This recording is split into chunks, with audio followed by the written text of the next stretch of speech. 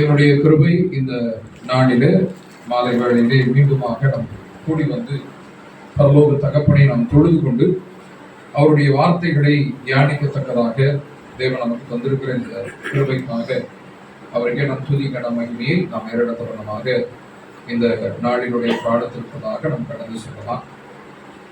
அன்பாகவே அடிப்படை வேத பாடங்கள் என்கிற தலைப்பில் நாம் பல்வேறு காரியங்களை நாம் கற்றுக்கொண்டு வருகிறோம். அதில் விசேஷமாக உண்மையான தேவனுடைய பிள்ளைகள், ஆவிக்குரிய வாழ்க்கையை வாழ விரும்புகிற தேவனுடைய பிள்ளைகள் அறிந்து கொள்ள வேண்டிய கட்டாயமான அடிப்படை பாடங்கள், ஃபண்டமெண்டல்ஸ் அப்படிங்கிற தலைப்புல நாம் வேதத்தில் இருக்கக்கூடிய ரகசியங்களை, அடிப்படை உபதேசங்களை நம்ம அறிந்து கொண்டு வருகிறோம்.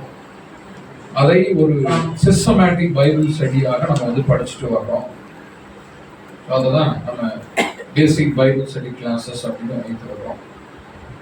ஸோ அதில் நம்ம பல பாடங்களை இப்போ பார்த்து வருகிறோம். அதில் இந்த 3 உலகங்கள் அப்படிங்கிறது தான் தேவனுடைய திட்டம். அதை அடிப்படையாக கொண்டு நாம இந்த பாடங்களை நம்ம வந்து ஃப்ரேம் பண்ணி நம்ம பார்த்து வருகிறோம். அதில் நம்ம முதலாவது உலகத்தை நிறைவு செய்திருக்கிறோம். முதலாவது உலகம் எங்க ஆரம்பித்து எங்க முடியுது ஞாபகம் இருக்குங்களா? படைப்பிலிருந்து, மனிதனுடைய சிருஷ்டிப்பிலிருந்து நோவாவுடைய காலத்து ஜலப்பிரளயம் வரைக்கும் முதலாவது உலகம். அப்பொழுது இருந்த உலகம் ஜலத்தினாலே அழிந்தது என்பதை மனதார அறிந்து கொண்டோம். நாம் கரெக்டா மனதார அறியாமல் இருக்கிறார்களே என்று சொல்லி தேவன் அந்த இருதயத்துல அந்த ஒரு விருப்பத்தோடு, வாஞ்சையோடு, வருத்தத்தோடு அந்த காரியத்தை பதிவு செய்திருக்கிறார். தேவனுடைய கிருபையினால நம்ம அந்த மனதார அறிந்து கொண்டோம். அது ஒரு பெரிய ஒரு ஸ்லாக்கியம். அதற்கு பின்பதாக 2வது உலகம் ஸ்டார்ட் ஆகுது. அந்த 2வது உலகத்துல ஜலப்பிரளயம் வற்றின பின்பு அந்த அராரத் மலையிலிருந்து ஒரு வாழ்க்கையை அவர்கள் ஆரம்பிக்கிறார்கள், அந்த 8 பேர். அதிலிருந்து எங்க வரைக்கும் 2ஆம் உலகம், இயேசு கிறிஸ்துவுடைய 2ஆம் வருகை வரைக்கும், செகண்ட் கம்மிங் வரைக்கும் நமக்கு வந்து 2ஆம் உலகம் தான். அப்ப இப்பொழுது நாம் வாழ்ந்து கொண்டு வருகிறது 2ஆம் உலகம். சரிங்களா? அந்த 2ஆம் உலகத்தை நம்ம 3ஆ பிரிச்சோம். அதுல ஒன்று முதல்ல முற்பிதாக்கள். 2ஆம் உலகத்துல முற்பிதாக்கள். நோவா ஒரு முற்பிதா, ஆபிரகாம் ஒரு முற்பிதா, ஈசாக்கு ஒரு முற்பிதா, யாக்கோபு ஒரு முற்பிதா என்று சொல்லி அந்த அவர்கள் ஒவ்வொருவரை குறித்து ஒரு பாடத்தை நம்ம பார்த்தோம். சரிங்களா? ஞாபகம் இருக்குல்ல உங்களுக்கு? கடைசியா என்ன பாடம் பார்த்தோம்? போன வகுப்பு என்ன பாடம் பார்த்தோம்? யாக்கோபு திருமணம். அப்படியே மாத்திட்டாரு. சரி, ஈசாக்கின் திருமணம் அதான் கடைசியாக பார்த்தோம். கடைசிக்கு முந்தி பார்த்தது, கடைசியாக நம்ம பார்த்தது சேஷ்ட புத்திர பாகம், ஃபர்ஸ்ட் பார்ன் ரைட் இல்லையா? ஏசா, யாக்கோபு. யாக்கோபு ஏமாற்றுக்காரன் எத்தனைலாம் நம்ம இது நாள் வரைக்கும் நினைச்சுக்கிட்டு இருந்தோம் இல்லையா? ஸோ அதை முடிஞ்சோடனே எல்லாருமே சொன்னீங்க, சுத்தமா எல்லாத்தையும் மாத்தி கொடுத்தீங்க பிரதர் அப்படின்னு சொல்லிட்டு இல்லையா? இதுவரை நாம் நினைத்து கொண்டிருந்த நல்ல வேலை கேட்காம, ஒரு பாஸ்டர் சொன்னார், கேட்காமலே செத்து போயிடுவோம்னு நினைச்சோம். இன்னைக்கு யாக்கோபு ஏமாற்றுக்காரன் எத்தனைங்கிறத தெரிந்து கொண்டோம் அப்படின்னு சொல்லிட்டு தேவனுடைய பரிசுத்த நாம மாத்திரம் மகிமை பண்ணோம். ஸோ இந்த நாளில நம்ம வந்து அந்த முற்பிதாக்கள் யுகத்தை முடிச்சுட்டு நம்ம இஸ்ரேல் யுகத்தை போவோம். இஸ்ரேல் யுகத்துக்குள்ள நுழையிறோம். அதனாலதான் இஸ்ரேலின் நாதனாக வாழும் யாவே கடவுள் அப்படின்னு சொல்லிட்டு ஒரு பாடலை நம்ம புதிய பாடலாக இருக்கிறோம். அது வந்து பழைய பாடல் தான், அது புதிய ராகத்துல நம்ம வார்த்தைகளை போட்டு நம்ம அதை பாடணும். ஸோ இஸ்ரேல் யுகம் அல்லது யூத யுகம் என்று அழைக்கப்படுது. 2வது உலகத்தினுடைய 2வது பிரிவு யூத யுகம் அல்லது இஸ்ரேல் யுகம். இந்த இஸ்ரேல் யுகம் எங்க இருந்து ஆரம்பிக்குது அப்படின்னு சொன்னா, யாக்கோபுக்கு இஸ்ரேல்னு தேவன் பேரை மாத்துறாரு. ஸோ பேரை மாத்தினதோட அவருக்கு வந்து திருமணமாகி அவருக்கு 12 ஆண் பிள்ளைகள் பிறகுறாங்க, ஒரு பெண் பிள்ளை. அந்த 12 ஆண் பிள்ளைகளும் 12 கோத்திரங்களாக உருவாவார்கள் அப்படிங்கிறது வாக்குத்தத்தம். ஸோ அந்த 12 கோத்திரங்களாக அவர்கள் உருவாகி, இவர்கள் யார் என்றால் இஸ்ரேலர்கள். இஸ்ரேல் யாரு? யாக்கோபு. இஸ்ரேலுடைய பிள்ளைகள் தான் யாக்கோபினுடைய பிள்ளைகள், இஸ்ரேலர்கள். இஸ்ரேலர்கள் என்று சொல்லி முதலாவதாக யாக்கோபினுடைய வம்சத்தாருக்கு, கோத்திரத்தாருக்கு இஸ்ரேலர் என்கிற பெயர் வரும். அவர்கள் வாழ்ந்த பகுதி இஸ்ரேல் தேசம். இஸ்ரேல் யாரு? நம்ம யாக்கோபு. யாக்கோபுடைய தேசம் தான் இஸ்ரேல், அவர்கள் வாழ்ந்து வருகிற தேசம் என்று இப்படியாக ஆரம்பித்தது. ஸோ இவங்க வாழ்றாங்க. வாழ்ந்ததுக்கு பின்னால் நீங்க பாத்தீங்கன்னா அவர்கள் வந்து வாழ்க்கை அப்படியே நகர்கிறது. அதுல ஒரே ஒரு நபர் வந்து வேறொரு தேசத்துக்கு, வேறொரு கண்டத்துக்கு அடிமையாக விற்கப்படுகிறார். இஸ்ரேலுடைய ஒரு மகன் யோசேப்பு. ரைட்டா? யோசேப்பு எகிப்துக்கு அடிமையாக இருக்கிறாங்க. அந்த எகிப்திலே அவர்கள் வந்து அடிமையாக ஏறக்குறைய எத்தனை வருஷம்? 400 ஆண்டு காலங்கள் அவர்கள் அடிமைகளாக இருக்கிறார். அவர்கள் சென்று சேர்ந்தது 430 வருஷம் அவர்கள் வாழ்ந்தது. ஆனால் அடிமைத்தனம் வாழ்க்கை அப்படிங்கிறது 400 வருஷம் அவர்கள் அடிமையாக இருக்கிறார். அந்த அடிமைத்தன வாழ்வு முடிவடையும் போது தேவன் அவர்களுடைய கூக்குரலை கேட்டு மோசே என்கிற ஒரு தன்னுடைய தீர்க்கதரிசியை எழும்ப பண்ணுகிறார். அவர் மூலமாக இஸ்ரேல் ஜனங்கள் 10 வாதைகள் முடித்து அவர்கள் வெளியேறுகிறார்கள். அவர் தேவன் காட்டுகிற அந்த வனாந்தரத்திலிருந்து கானான் தேசம் என்கிற பாலும் தேனும் ஓடுகிற ஒரு தேசம். அதுதான் முற்பிதாக்கள் இருந்த தேசம். ஆபிரகாம் இருந்த தேசம், ஈசாக் இருந்த தேசம், யாக்கூப் இருந்த தேசம். ஆனா நீங்கள் இழந்துட்டீங்க. பெலிஸ்தியர், எமோரியர், எபூசியர் என்று உங்களுடைய எதிரிகள் இறந்துட்டீங்க.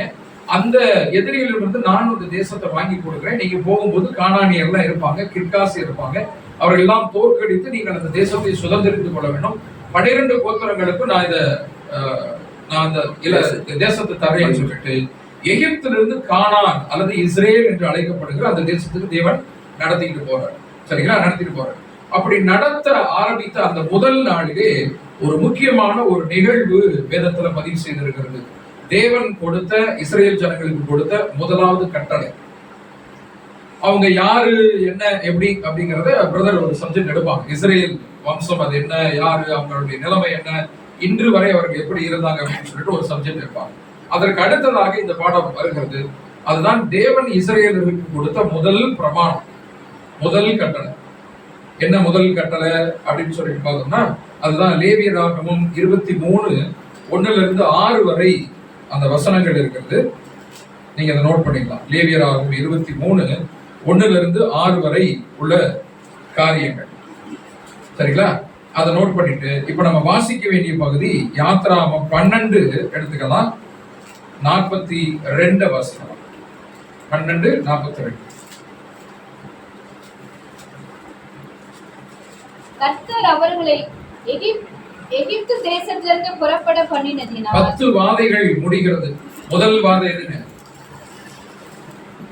எகிப்துல கொடுக்கப்பட்ட முதல் வாதை தண்ணீர் ரத்தமாக மாறு. நைல் நதியில இருந்து எல்லா தண்ணீர் எல்லாம் ரத்தமாக மாறுகிறது. கடைசி வாதை 10வது வாதை தலைச்சம்பிள்ளை. ரத்தத்துல ஆரம்பிச்சு ரத்தத்துல முடிகிறது. வாதை வந்து பிளட் டு பிளட், ரத்தத்துல ஆரம்பிச்சு ரத்தத்துல முடிகிறது. 10 வாதைகள். சரி, இப்ப இந்த 10வது வாதை நடக்கும்போது ஒரு காரியத்தை இஸ்ரேல் ஜனங்களுக்கு கொடுக்கிறாரு. அததான் நம்ம வாசிட்டோம். வாசிங்க சார். 12:42. கர்த்தர் அவர்களை எகிப்து தேசத்திலிருந்து புறப்பட பண்ணினதினால் இது அவருக்கென்று முக்கியமாய் ஆசரிக்கத்தக்க ராத்திரி ஆயிற்று. முக்கியமான ஒரு ராத்திரி, முக்கியமாய் ஆசரிக்கத்தக்க ஒரு ராத்திரி ஆயிற்று. இஸ்ரவேல் சந்ததியார் எல்லாரும் தங்கள் தலைமுறை தோறும் கர்த்தருக்கு முக்கியமாய் ஆசரிக்க வேண்டிய ராத்திரி இதுவே. கர்த்தருக்கு முக்கியமாய் ஆசரிக்க வேண்டிய ஒரு விஷயம் அப்படின்னு சொல்லிட்டு தலைமுறையாக நீங்கள் ஆசரிக்க வேண்டிய ஒரு விஷயம் என்று சொல்லி தேவன் இந்த காரியத்தை அவர்களுக்கு சொல்றாருன்னா, இன்று வரை இப்ப நம்ம பேசிக்கொண்டு இருக்கக்கூடிய இந்த காலகட்டம் வரை இஸ்ரேலர்கள் இந்த நிகழ்வை அவர்கள் ஆசரித்து வருகிறார்கள். ஏறக்குறைய 6000 ஆண்டுகள் வரலாறு. அதை இன்றளவும் அவர்கள் வாசித்துக் கொண்டு அவர்கள் ஆசரித்துக் கொண்டிருக்கிறார்கள் என்றால் தேவன் சொன்ன ஒரு கட்டளை. ஏனென்றால் தலைமுறை தோறும் நீங்கள் ஆசரிக்க வேண்டும், தலைமுறையாக நீங்கள் கை கொள்ள வேண்டிய ஒரு விஷயம் என்று சொல்லி தேவன் முதலாவது கட்டளையாக நியாயப்பிரமாணங்கள் கொடுப்பதற்கு முன்பாக, 10 கட்டளைகள் கொடுப்பதற்கு முன்பாக தேவன் எகிப்திலேயே ஒரு காரியத்தை அவர்களுக்கு கொடுக்கிறார். அதுதான் இன்னைக்கு நம்ம என்னன்னு பார்க்க போறோம். ஏதாவது தெரியுதா? ஏதாவது ஐடியா இருக்கா? என்ன டாபிக், என்ன காரியம் என்று, என்ன தலைப்பு அப்படின்னு சொன்னா பாருங்க. பஸ்கா பண்டிகை. இஸ்ரேலர்களுடைய முக்கியமான பண்டிகைகள்ல ஒன்று பஸ்கா பண்டிகை. இந்த பஸ்காவை தான் நீங்க தலைமுறை தோறும் நீங்கள் ஆசரிக்க வேண்டும் என்று சொல்லி தேவன் அவர்களுக்கு அங்கே சொல்லுகிறாரு அப்படிங்கிறத நம்ம பார்க்கணும். சரி, இப்ப இந்த பஸ்கானா என்ன அர்த்தம்? இது தமிழ் வார்த்தையா அப்படின்னா இல்ல. பஸ்கா அப்படிங்கிறது இது வந்து கிரேக்க வார்த்தை. இதை எபிரேயத்துல பெஷாக் அப்படின்னு சொல்லுவாங்க. பெஷாக், பஸ்கா பண்டிகை அப்படிங்கிறது பெஷாக் அப்படின்னு சொல்லிட்டு வரும். இப்ப இந்த பாஸ்கல் அல்லது பாஸ் ஓவர் அப்படின்னு வரும். பாஸ் ஓவர், பாஸ் ஓவர் என்பது ஆங்கிலத்தில் இருக்கக்கூடிய ஒரு வார்த்தை. பாஸ் ஓவர் அப்படிங்கிறது சரிங்களா? Pascal R pass over. இந்த பெஷாக்குங்கிறது எபிரேயத்தில் இருக்கிறது. இத கிரீக்ல பாத்தீங்கன்னா பாஸ்கா அப்படின்னு இருக்கும். இப்ப நம்ம பைபிள்ல பஸ்கா என்று இருப்பது தமிழ் வார்த்தையோ ஆங்கில வார்த்தையோ அல்ல, அது கிரேக்க வார்த்தை. அதை அப்படியே போட்டிருக்காங்க. பஸ்கா என்கிற ஒரு வார்த்தையை போட்டிருக்காங்க. இதற்கு என்ன அர்த்தம் தமிழ்ல அப்படின்னா கடந்து போதல் என்று அர்த்தம். ஆங்கிலத்துல பாஸ் ஓவர், பஸ்கல், பாஸ் ஓவர். பாஸ் ஓவர்னா பாஸ் பண்ணி போயிட்டாங்க, பாஸ்ட் அவே அப்படிலாம் சொல்லுவோம் இல்லையா, கடந்து போதல் அப்படிங்கிறது. சோ கடந்து போதல் பண்டிகை, பஸ்கா பண்டிகைங்கிறது தமிழ்ல சொல்றதா இருந்தா கடந்து போதல் என்கிற ஒரு திருவிழா. இதுல என்ன விசேஷம் இருக்குது? இதையே தலைமுறை தலைமுறை தோறும் ஆசரிக்கணும், அது இரவிலே ஆசரிக்கணும் அப்படிங்கறதெல்லாம் சொல்றாரு. இன்று வரை ஆசரித்துக் கொண்டிருக்கிறார்கள் என்றால் ஏதாவது மிக முக்கியமான ஒரு காரியமா இருக்கும். தேவன் 10 கட்டளைகளை கொடுப்பதற்கு முன்பாகவே இந்த கட்டளையை கொடுக்கிறார். சரிங்களா? உனக்கு கர்த்தராய் உன் பிதாவாகிய தேவன் நானே, உன்னுடைய அடிமைத்தன வீட்டிலிருந்து புறப்படப்பட்டேன்னா தேவனாகிய கர்த்தர் நானே முதல் கட்டளை கொடுக்கிறதுக்கு முன்னாடியே நீங்கள் தலைமுறை தோறும் ஆசரிக்க வேண்டிய ஒரு காரியம் என்று இதை கொடுக்கிறார்னா கண்டிப்பாக ஏதோ ஒரு முக்கியத்துவம் இதுல இருக்கும். கரெக்டா? ஏதோ ஒரு முக்கியமான ஒரு காரியம். இப்ப இயேசு கிறிஸ்துடைய முதல் அற்புதம் என்னதுங்க? இயேசு கிறிஸ்துடைய முதல் அற்புதம் தண்ணீரை திராட்சரசமாக்கும். முதல் அற்புதம் ஒரு இறந்தவனையே உயிர்த்தெழ வச்சிருக்கலாம். இறந்தவனை உயிர்த்தெழ வைக்கிறதுங்கிறது மிகப்பெரிய ஒரு அற்புதமாகும். லாசரு இறந்து போன நிகழ்வை இயேசு கிறிஸ்துடைய முதல் அற்புதமா கொண்டு வந்திருந்தாங்கன்னா எப்படி இருந்திருக்கும்? தண்ணீரை திராட்சரசமா மாத்துறது ஒரு பெரிய அற்புதமா, இறந்தவனை கொண்டு வர்றது பெரிய அற்புதமா, மரித்தவரை எழுப்புறது ஒரு பெரிய அற்புதமா, குருடருக்கு பார்வை கொடுக்கிறது, கண் பார்வையற்றவருக்கு ஒரு பார்வை கொடுக்கிறது, ஏன் ஒரு பிரம்மாண்டமான ஒரு அற்புதத்தை கொண்டு வந்திருக்கலாம், செய்திருக்கலாம் இயேசு கிறிஸ்து. ஒரு கல்யாண வீட்டுக்கு போறாரு, தண்ணி திராட்சரசம் பத்தல தீர்ந்து போச்சுங்கிறாங்க. உடனே திராட்சரசம் வேணும்னு சொன்னோன்னே தண்ணீரை ஜெபித்து திராட்சரசமா மாத்தி கொடுக்குறாரு. அதுல என்ன பெரிய விஷயம் இருக்குது அப்படின்னா அன்பானவர்களே, அது ஒரு சாதாரண ஒரு அற்புதம் அல்ல, ஒரு மிராக்கிள் அப்படிங்கிற ஒரு விஷயம் அல்ல. இயேசு கிறிஸ்து முதல்ல இந்த உலகத்துக்கு வந்து செய்த அற்புதம் அப்படின்னா அதுல 1000 அர்த்தங்கள் இருக்கும். நம்ம வெறுமே தண்ணீரை திராட்சரசமாக்கினாரு அப்படிங்கிறது அது தேவனுடைய ராஜ்யத்துக்கோடு இணைந்த ஒரு காரியம். அதுல சொல்லப்பட்ட காரியங்களை பார்த்தீங்கன்னா பரலோக ராஜ்யத்தினுடைய ரகசியங்கள் அதுல இருக்குது. அது அந்த அற்புதம் அந்த நிகழ்வுல 3ஆம் நாளிலே இயேசு கிறிஸ்துவ திருமணத்துக்கு அழைத்திருக்காங்க. அங்க இருந்து ஆரம்பிக்குது. ஏன் 3ஆம் நாள்ல திருமணத்துக்கு இயேசு கிறிஸ்துவ அழைக்கணும்? ஏன் முதல் நாள்ல அழைக்கல? 2ஆம் நாள்ல இயேசு கிறிஸ்துவ ஏன் அழைக்கல? 3ஆம் நாள் திருமணத்துக்கு இயேசு கிறிஸ்துவ கூப்பிடுறாங்க. அவரோடு அவருடைய சீடர்கள் வர்றாங்க. இயேசு கிறிஸ்து தெரியாதா தீந்து போச்சுன்னு சொல்லிட்டு, ரசம் தீந்து போச்சுன்னு? அவங்க அம்மா மூலமா தான் இயேசு கிறிஸ்து வருது. இயேசு கிறிஸ்து சொல்றாரு, ஸ்திரீயே உனக்கும் எனக்கும் என்ன, என் வேலை இன்னும் வரலைன்னு ஏன் அதை சொல்லணும்? என் வேலை இன்னும் வரலைன்னு சொல்லிட்டு இயேசு கிறிஸ்துவோட வேலை வரலையா? அப்புறம் ஏன் தண்ணீரை திராட்சரசமாக்க முடிஞ்சுச்சு அவரால? அன்பானவர்களே, இது மிகப்பெரிய ஒரு ரகசியம். நான் எதுக்கு இதை சொல்றேன்? இந்த பாடத்தை நம்ம நீங்க பார்க்க போறதா தேவன் சித்தமான அதை நோரான்னு பார்க்கலாம். முதலாவதாக ஒரு காரியத்தை செய்யும்போது ஒரு பிரம்மாண்டமான ஒரு காரியம் தேவனுடைய ராஜ்யத்துல தேவனுடைய காரியங்கள்ல இருக்குது. அப்படிங்கும் போது தேவன் இஸ்ரேல் ஜனங்களுக்கு கொடுக்க அந்த 10 கட்டளைகள் தான் முதலாவது நாங்கள் கொடுத்தது நம்ம நினைச்சுட்டு இருக்கோம். ஆனால் அதுவல்ல, அது கொடுப்பதற்கு முன்பாக அது வனாந்தரத்துல சீனாய் மலையில கொடுக்கிறார்.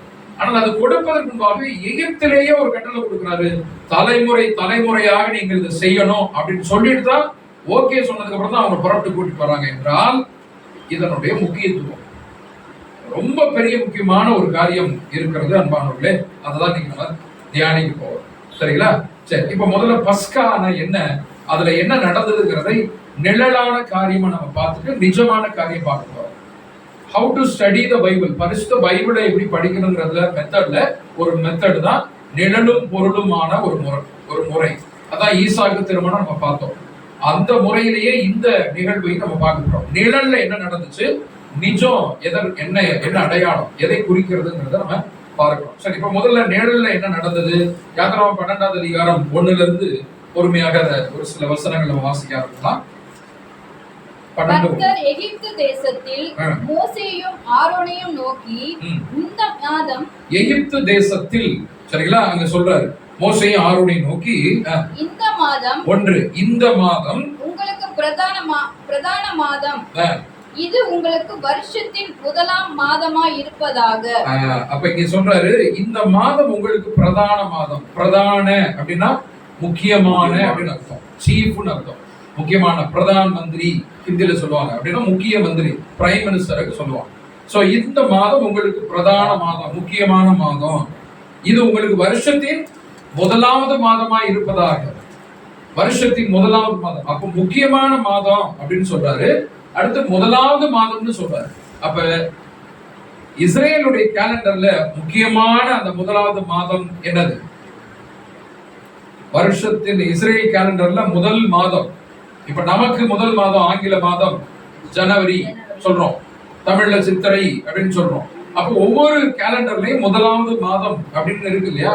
அப்ப இஸ்ரேல்ல தேவன் சொல்றாரு, இங்க இருந்துதான் கேலண்டரே ஆரம்பிக்குது அவங்களுக்கு. இதுதான் உங்களுக்கு முதல் மாதம், இதுதான் உங்களுக்கு பிரதான மாதம் அப்படின்னு சொல்லிட்டு அதை ஆரம்பிக்கிறார். சோ இப்ப அதை குறிச்சு எந்த மாதம், அந்த மாதத்தினுடைய பெயர் அங்க இல்ல, ஆனா இன்னொரு இடத்துல இருக்கு. 13வது அதிகாரம் 4வது வசனம். ஆபிப் மாதத்தின் இந்த நாளிலே நீங்கள் புறப்பட்டீர்கள். இப்ப ஆபிப் மாதம், ஆபிப் மாதத்தினுடைய இந்த நாளிலே புறப்பட்டீர்கள் அப்படிங்கிறார். இப்ப நம்ம ஒரு குறிப்பு நமக்கு கிடைக்குது, அந்த மாதத்தினுடைய பெயர் ஆபிப் அப்படிங்கிற மாதம். இந்த மாதத்துக்கு இன்னொரு பெயரை நெகேமியா 2:1 தேவன் சொல்றாரு, அதுதான் நிசான் என்கிற மாதம். நெகேமியா 2:1 நீங்க வாசிக்கலாம். அதுல நிசான் என்கிற மாதம் கொடுக்கப்படும். அப்ப இஸ்ரேல் கேலண்டருடைய முதல் மாதம் என்னன்னா நிசான். உபாகமம் 16:1 நெகேமியா 2:1 இந்த காரியத்தை குறிச்சு பார்க்கிறோம். யாத்திராம 13:4, உபாகமம் 16:1, நெகேமியா 2:1. இதுல நீங்க பாத்தீங்கன்னா இந்த வருஷத்தினுடைய முதல் மாதத்தினுடைய பெயர் இங்க கொடுக்கப்பட்டிருக்கு, ஆபிப் மாதம். நெகேமியாவுல நிசான் மாதம்.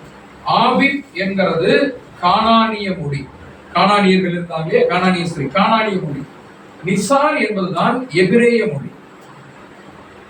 நம்ம இஸ்ரேலை பத்தி படிக்கும் போது நம்ம கானானி மொழியை காட்டிலும் எபிரேய மொழி நமக்கு பொருந்தும் என்பதனால இந்த வார்த்தையை நம்ம எடுத்துக்கிறோம். அப்ப முதலாவது மாதம் என்ன அப்படின்னா நிசான் மாதம்.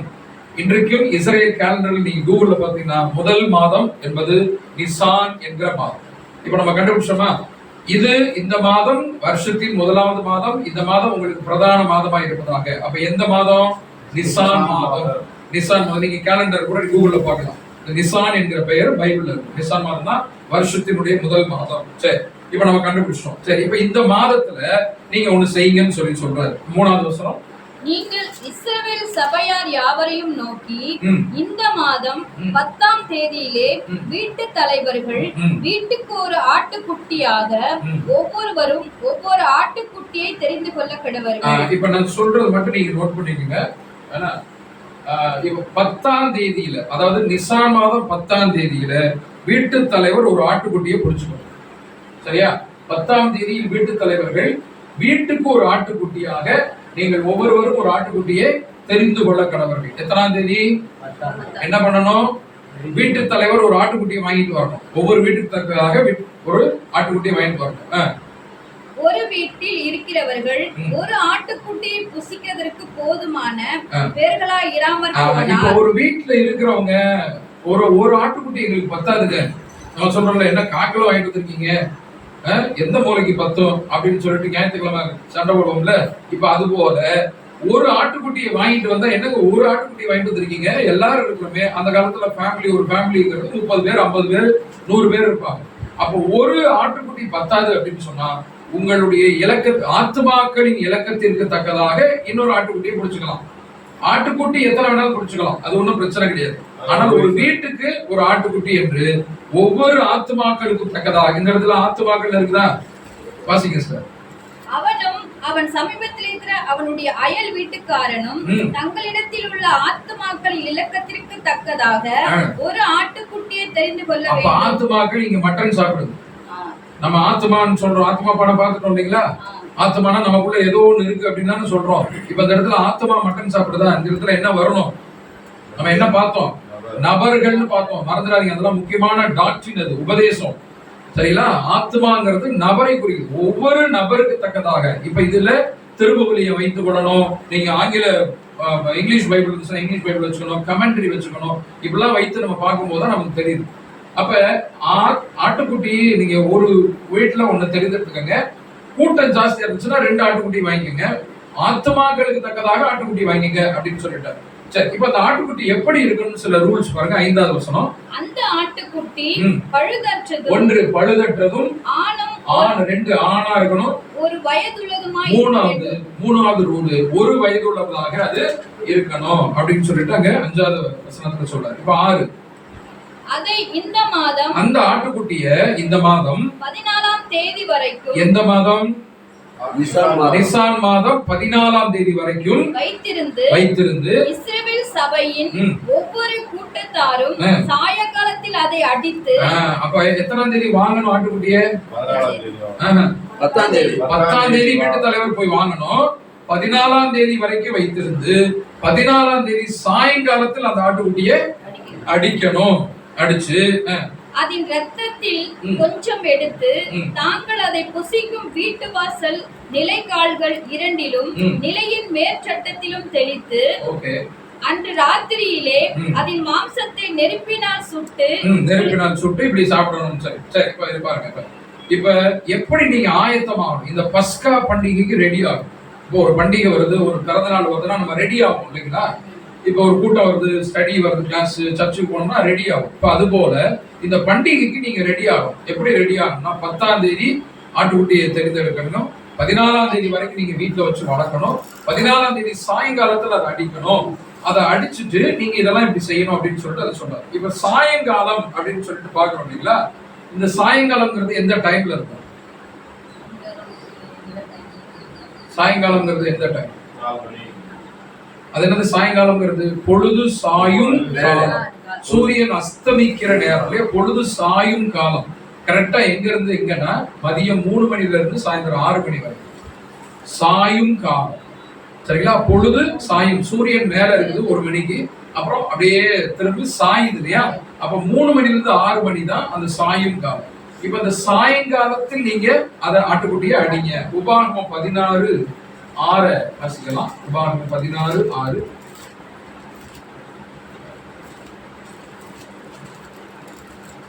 தேவனாகிய கர்த்தர் நமது நாமம் விளக்கும்படி தெரிந்து கொள்ளும் ஸ்தானத்திலே நீ எகிப்திலிருந்து புறப்பட்ட நேரமாகிய சாயங்காலத்திலே சூரியன் அஸ்தமிக்கிற போது. பாத்தீங்களா? சாயங்காலத்தில் சூரியன் அஸ்தமிக்கிற போது. இங்க தெளிவா இருக்கு. சாயங்காலத்தில் அப்படின்னு அங்க பார்த்தோம் 12ல, யாத்திரா 12ல. இங்க உபாகத்துல சாயங்காலத்துல சூரியன் அஸ்தமிக்கிற போது அப்படின்னா சூரியன் அஸ்தமிக்கிற டைம் 6 மணிக்குள்ள இல்லையா? 5:45, 6. அப்ப அந்த சூரியன் அஸ்தமிக்கும் போது நீ பஸ்கா பண்டிகை நீங்கள் ஆசரிக்க கடவீர்கள் அப்படின்னு சொல்லிட்டு அங்க நம்ம பார்க்கிறோம். கரெக்டுங்களா? 10ஆம் தேதி ஆட்டுக்குட்டியை தெரிந்தெடுக்கணும். 14ஆம் தேதி வரைக்கும் வச்சிருக்கணும். 16ஆம் தேதி சாயங்காலத்துல அடிக்கணும். சாயங்காலம்னா சூரியன் அஸ்தமிக்கிற நேரம், அதாவது 3ல இருந்து 6க்குள்ள நீங்க ரெடி ஆகும். 6 மணிக்குள்ள நீங்க அடிச்சிடணும். சரிங்களா? அஸ்தமிக்கிற நேரத்துல நீங்க அடிச்சு அன்றைக்கு இரவு 8வது வசனம் பாருங்க. அன்று ராத்திரியில, எந்த ராத்திரி? 14ஆம் தேதி சாயங்காலத்துல ஆட்டுக்குட்டி அடிச்சு அந்த இரவு வரும்போது அந்த ராத்திரியிலே அதன் மாம்சத்தை நெருப்பினால் சுட்டு. மாம்சத்தை நீங்க என்ன பண்ணணும்னா நெருப்பினால் சுட்டு. அதுக்கு முன்னாடி 7வது வசனத்துல அந்த ரத்தத்தை எடுத்து நீங்க என்ன பண்ணணும்? உங்க வீட்டு நிலைக்கால்கள் எல்லாம் பூசிடும். நிலைக்கால்கள் எல்லாம், வீட்டு கதவுகள் அதுல எல்லாம் பூசிட்டு அந்த ஆட்டுக்குட்டியினுடைய மாம்சத்தை நெருப்பினாலே சுட்டு புளிப்பில்லா அப்பத்தோடும் கசப்பான கீரையோடும் அதை புசிக்கணும். காம்பினேஷன் கொடுக்குறாரு பாத்தீங்களா? தேவன் கொடுக்குற காம்பினேஷன் பாருங்க. மட்டன் இருக்குது, பக்கத்துல கீரை வச்சு சாப்பிடும். அதுலயும் கசப்பான கீரை. ஆமா, கசப்பான கீரை, அப்புறம் புளிப்பில்லாத அப்பம், கசப்பான கீரையோட நீங்க சாப்பிடலாம். நம்ம ஊர்ல டாக்டர்ஸ் உள்ள பாத்தீங்கன்னா கீரையும் இதையும் சேர்த்து சாப்பிடக்கூடாதுமா இல்லையா? கீரையோட மட்டன் சாப்பிடக்கூடாதுங்க அப்படின்னு சொல்லுவாங்க. ஆனா தேவன் சொல்றாரு, மருத்துவருக்கு எல்லாம் பெரிய மருத்துவர், கீரையோட சேர்த்து சாப்பிடுங்க. அப்ப ஏதோ ஒரு விஷயம் இருக்கும் அப்படின்னு அடுத்து பாருங்க, இதை விட சூப்பரான கரைமலா இருக்கு. அடுத்து 11. அதை புசிக்க வேண்டிய விதமாவது. இப்ப நீங்க அதை எப்படி சாப்பிடணும், ஆயத்தமாகிற முறையை பார்த்துட்டோம். இப்ப அதை எப்படி ஆசரிக்கணும், புசிக்க வேண்டிய முறை என்ன? நீங்கள் உங்கள் அறைகளில் கச்சை கட்டி கொண்டும் உங்கள் கால்களில் பாதரட்சை தொடுத்து கொண்டும். பாருங்க, பெல்ட்டை டைட் பண்ணிக்கணுமா? சாப்பிடும்போது பெல்ட்டை லூஸ் பண்ணிட்டு தான் நம்ம சாப்பிட்ட பழக்கம், ரைட்டா? அவர் சொல்றாரு பெல்ட்டை டைட் பண்ணிக்க, கச்சை கட்டி கொண்டு, அடுத்து பாதரட்சை தொடுத்து கொண்டு. செருப்பு போட்டுக்கணுமா? சாப்பிடும்போது நீங்க பாதரட்சைகள் தொடுத்து கொண்டு உங்கள் கைகளில் தடி பிடித்துக் கொண்டும். கையில வந்து லெக் பீஸ பிடிக்கலாமா இல்ல தடியை பிடிக்கணும்?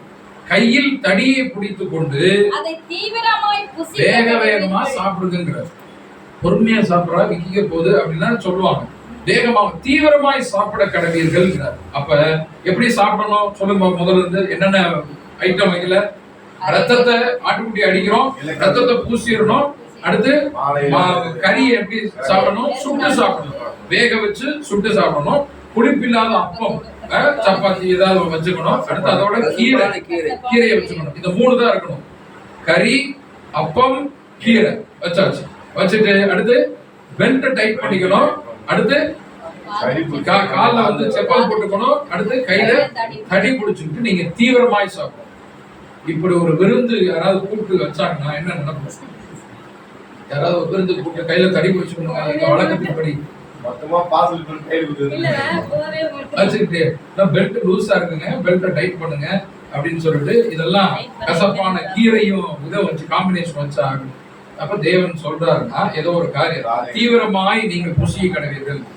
ஏன் நான் இப்படி வித்தியாசமா சொல்றேன் தெரியுமா? அடுத்த வரி, ஏனென்றால் இது கர்த்தருடைய பஸ்கா. ஐயா, உங்களை விருந்துக்கு நான் கூப்பிடல.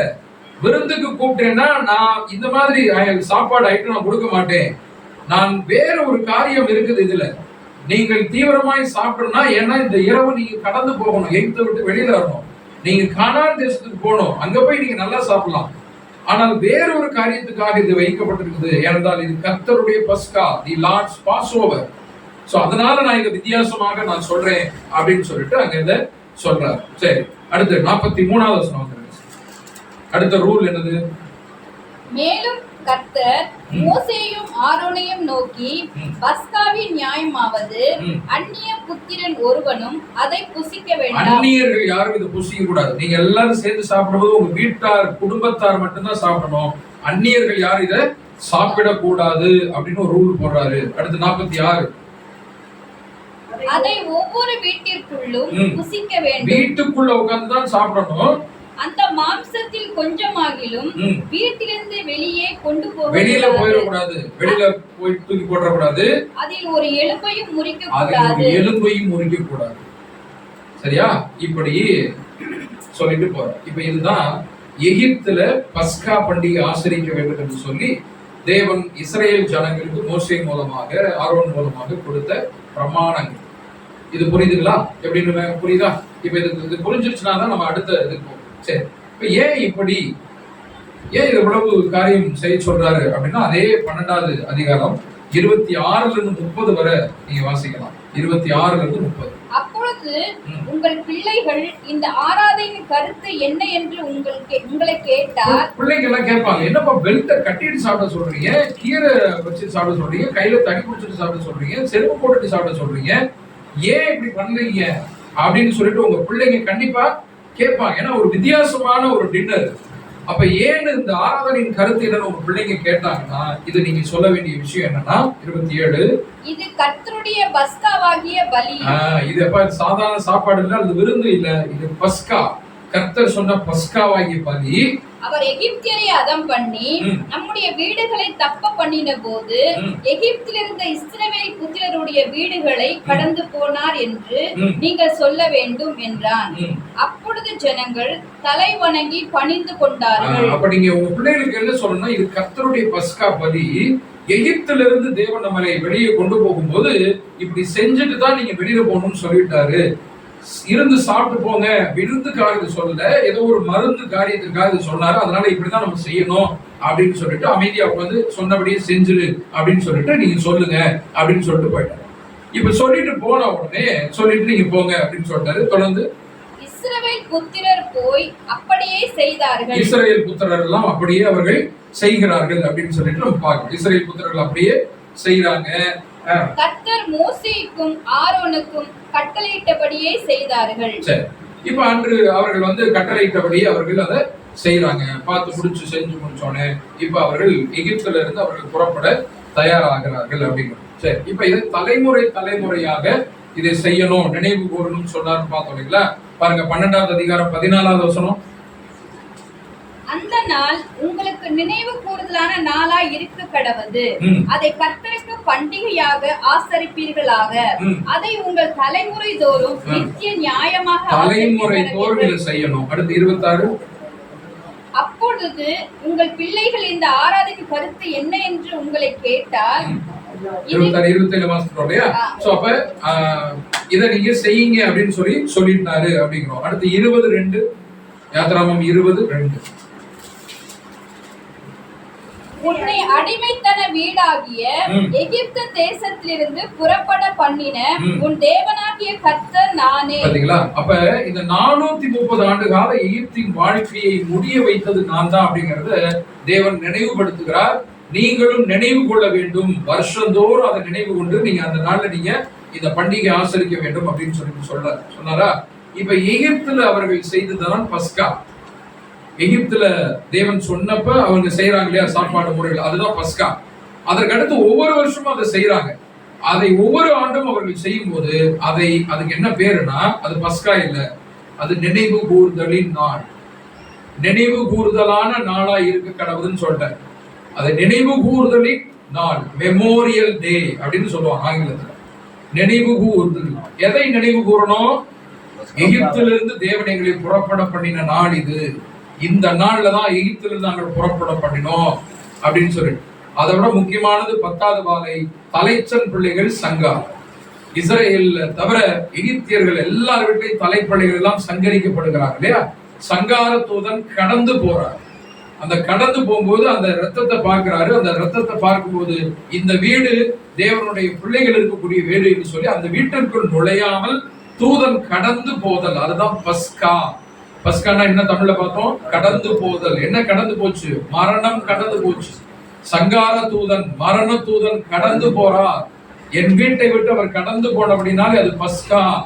அதை நான் பண்டிகையாக கொண்டாடுறோம். ஏன்னா மரணம் என் வீட்டுக்குள்ள வரல, என்னுடைய மூத்த பிள்ளை இறக்கல, என்னுடைய மூத்த பிள்ளை உயிரோடு இருக்குது, தப்பித்தது என்று சொல்லி அவர்கள் சந்தோஷமாக குடும்பமாக இணைந்து மகிழ்வோடு கொண்டாட வேண்டும் என்பதற்காக இந்த பண்டிகையை நினைவு கூறுதலின் பண்டிகையாக நீங்க ஒவ்வொரு வருஷமும் கொண்டாடுங்கன்னு சொல்லிட்டு தேவன் சொல்றார்.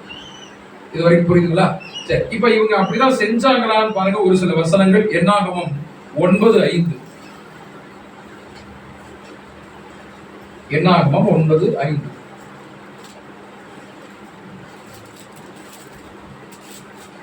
அதனால் 14ஆம் தேதி அந்தி நேரமான வேளையிலே பாத்தீங்களா? சீனாய் வனாந்தரத்துக்கு போறாங்க இல்லைங்களா? கரெக்டா 14ஆம் தேதி அந்தி நேரத்தில் பஸ்காவை ஆசரிக்கிறாங்க. இருக்குதா? வசனம் இருக்குதா? அதே நேரம் அதே நாள். அடுத்து 28:16 என்னாகும்? 28வது அதிகாரம் 16வது வசனம். முதலாவது மாதம் என்ன மாதம்? முதலாவது மாதத்துக்கு பேரு நிசான் மாதம் 14ஆம் தேதி. பாத்தீங்களா? 14ஆம் தேதி கர்த்தருடைய பஸ்கா அதை அவர்கள் ஆசரித்தார்கள். அடுத்து லேவியராகமம் 23வது அதிகாரம் 5வது வசனம். 23:5. முதலாம் மாதம் 14ஆம் தேதி அந்தி நேரமாகிற சாயங்கால நேரத்திலே பண்டிகையை அவர்கள் ஆசரிக்கிறாங்க இல்லையா? அடுத்து யோசுவாவின் புத்தகம் 5:10. யோசுவா 5:10.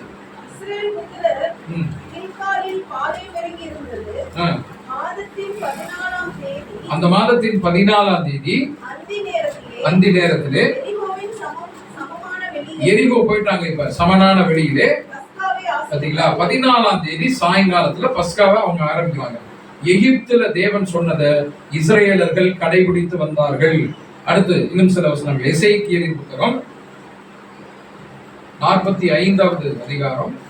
எசேக்கியேல் 45:21.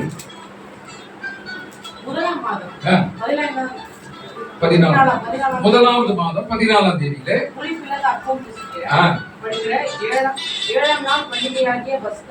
பாத்தீங்களா, 14ஆம் தேதியில பஸ்கா பண்டிகை அப்படின்னு பாக்குறோம். அடுத்து 2 நாளாகவும் 30:15. நீ வேணா எழுதிக்கங்க. 2 நாளாகவும் 30:15. அடுத்து 35வது அதிகாரம். 2 நாளாகவும் 35. 2 நாளாகவும் 35. 1வது வசனம் 18வது வசனம். 1:18. அடுத்து எஸ்ரா 6:19. எஸ்ரா 6:19. புதிய ஏற்பாடு வந்துருங்க. லூக்கா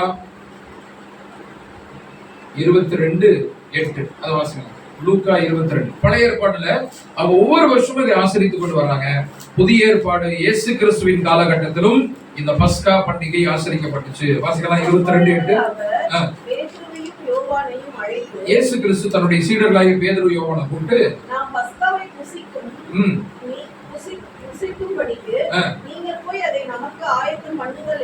நம்முடைய ஆண்டவராகிய இயேசு கிறிஸ்துடைய காலகட்டத்திலும் பஸ்கா பண்டிகை நடந்தது இல்ல, கொண்டாடினார்கள் அப்படின்னு சொல்லிட்டு அதை நான் ஏற்கனவே சொன்னேன். இன்று வரை அவர்கள் கொண்டாடி கொண்டிருக்கிறார்கள். அப்ப எகிப்திலே தலைமுறை தலைமுறையாக நீங்கள் கொண்டாட வேண்டிய இரவு இதுதான் என்று சொல்லி தேவன் சில நியமங்களை கொடுக்கிறாரு, சில காரியங்களை மெத்தட்ஸ் சொல்றாரு. அதை அவர்கள் தலைமுறை தலைமுறையாக ஆசரித்துக் கொண்டு வந்தார்கள், ஆசரித்துக் கொண்டு வருகிறார்கள். அன்பான சகோதர சொல்றேன், அதை நம்ம தெளிவா புரிஞ்சுக்கணும். இயேசு கிறிஸ்துடைய காலகட்டத்திலையும் இருந்தது அப்படின்னு சொல்லி. ஆனால் இயேசு கிறிஸ்து காலகட்டத்தில் அது கொஞ்சம் மாறுகிறது. முன்னாடி கசப்பான கீரையெல்லாம் வச்சு சாப்பிட்டாங்க இல்லையா? ஆனால் ஆண்டவருடைய காலகட்டத்தில் பாத்தீங்கன்னா கசப்பான கீரை வைத்து சாப்பிட்டதாக நமக்கு பைபிள்ல குறிப்புகள் இல்ல, வரலாற்று குறிப்புகள் இல்ல. கசப்பான கீரைகள் ஒருவேளை கிடைக்காம போயிருக்கலாம், கொஞ்சம் மாறி இருக்கு, சாப்பாடு மாதிரி இருக்கு. ஆனால் அந்த இரவை அவர்கள் ஆசரித்தார்கள். அதற்கு பதிலாக ஆண்டவர் என்ன பண்றாரு, அதை வேறு விதமான உணவாக அதை மாற்றுறாரு, ராப்போஜனம் ஏற்படுத்துகிறார்.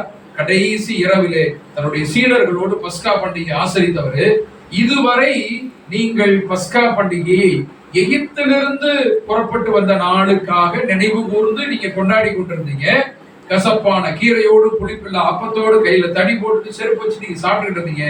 இனிமேல் என்னை நினைவு கூறும்படி இதை செய்யுங்கள் சொல்லிட்டு இயேசு கிறிஸ்து புதிய ஒரு காரியத்தை, புதிய உடன்படிக்கையை தன்னுடைய சீடர்களோடு ஏற்படுத்துகிறார். அதனுடைய அடையாளமாக அவர் வைத்தது 2 விஷயம் தான். ஒண்ணு, அப்பமும் திராட்சரசம். எங்க ஞாபகம் இருக்கா? இது என்னது? இது அப்பம் திராட்சரசம் என்னது? திருவிருந்து இல்லையா? சோ அப்ப இயேசு கிறிஸ்து கசப்பான கீரை, பெல்ட்டை டைட் பண்ணி செருப்பு போட எந்த ரூல்ஸுமே சொல்லல. அவருக்கு 2 ரொம்ப பிடிக்கும் போல இருக்கு. 10 கட்டளையும் 2ஆ குடிச்சிட்டாரு. இப்ப இந்த நியமங்களையும் 2ஆ குடிச்சிட்டு எல்லாம் நீ அதெல்லாம் உதறி தள்ளிடு. இனிமேல் என்னை நினைவு கூறும்படி, என் மரணத்தை நினைவு கூறும்படி இதை செய்யுங்கள் என்று தன்னுடைய சீடர்களுக்கு ஒரு புதிய கட்டளையை நான் உங்களுக்கு கொடுக்கிறேன்னு சொல்லிட்டு புதிய உடன்படிக்கை ஏற்படுத்துறாரா? அது புதிய உடன்படிக்கை, இரத்தத்தினால் ஆகும் புதிய உடன்படிக்கை என்று சொல்லி அவர் அந்த இரவிலே, பஸ்கா பண்டிகை இரவிலே அதை அவர் ஏற்படுத்தி விட்டு அவர் போறார். அதற்கு பின் ஆண்டவரை ஏற்றுக்கொண்ட கிறிஸ்தவர்கள், திருச்சபையாளர்கள் அந்த பழைய பஸ்காவை அவர்கள் கொண்டாடவில்லை. ஆதி திருச்சபையில புதிய பஸ்காவாகிய இயேசு கிறிஸ்துவினுடைய மரணத்தை நினைவு கூறும்படி அவர்கள் கொண்டாட ஆரம்பிக்கிறார்கள். அதிலும் அந்த 2 அடையாளங்களை மட்டுமே வைத்து அவர்கள் ஒவ்வொரு வருடமும் எந்த மாசம்? நிசான் மாதம் எத்தனாம் தேதி? 14ஆம் தேதி. எந்த நேரத்துல? சாயும் காலத்திலே அந்த பஸ்கா பண்டிகையை நினைவு கூர்ந்து, இயேசு கிறிஸ்துவினுடைய மரணத்தை நினைவு கூர்ந்து அவர்கள் அந்த ஆசரிப்பை அவர்கள் சீடர்கள் கொண்டாடுகிறார்கள். இன்று வரை ஆண்டவரை ஏற்றுக்கொண்ட யூத கிறிஸ்தவர்கள், இஸ்ரேலிய கிறிஸ்தவர்கள் இன்று வரை நிசான் மாதம் 14ஆம் தேதி இரவிலே மாலை நேரத்திலே கூடி அந்த 2 அடையாளங்களை அவர்கள் ஏற்படுத்தி அவர்கள் அந்த பந்தியிலே கலந்து கொள்கிறார். சரிங்களா? இது புரியுதுங்களா? நிசான் மாதம் 14ஆம் தேதியினுடைய வரலாறு இதுதான் அப்படின்னு சொல்லிப்பாரு.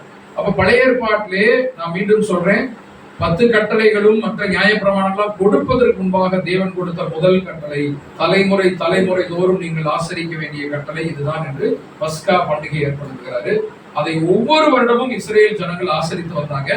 பாபிலோன்ல 70 வருஷம் அடிமைப்பட்டு போனப்ப மட்டும் அவர்கள் கை கொண்டதாக நமக்கு பைபிள்ல விவரங்கள் இல்லை. பாபிலோன்ல அவங்க என்ன பண்ணாங்கிறதே நமக்கு விவரம் இல்லை. ஆனால் மீண்டும் திரும்பி வந்து அவர்கள் கை கொள்கிறார்கள். இயேசு கிறிஸ்துடைய காலகட்டத்திலும் பஸ்கா பண்டிகை இருந்ததாக நம்ம பைபிள்ல, புளிப்பில்லா அப்ப பண்டிகையாகிய பஸ்கா பண்டிகை நம்ம பைபிள்ல எல்லாம் நம்ம வாசிக்கிறோம். யோவான்ல இருக்கு, லூக்கால இருக்கு. அதற்கு பின்னால் பவுலும் பஸ்கா பண்டிகை குறித்து எழுதுகிறார். இன்று வரை அந்த நிசான் மாதம் 14ஆம் தேதி இயேசு கிறிஸ்துடைய மரணத்தை நினைவு கூர்ந்து அந்த 2 அடையாளங்களை வைத்துக் கொண்டு அவர்கள் கொண்டாடுகிறார்கள் அப்படிங்கிறத நம்ம புரிந்து கொள்ளணும். சரிங்களா? இந்த வசனத்தை வாசிங்க. லூக்கா 22:19. பின்பு அவர் அப்பத்தை எடுத்து ஸ்தோத்திரம் பண்ணி அதை பிட்டு அவர்களுக்கு கொடுத்து. யாருக்கு கொடுக்கிறாரு?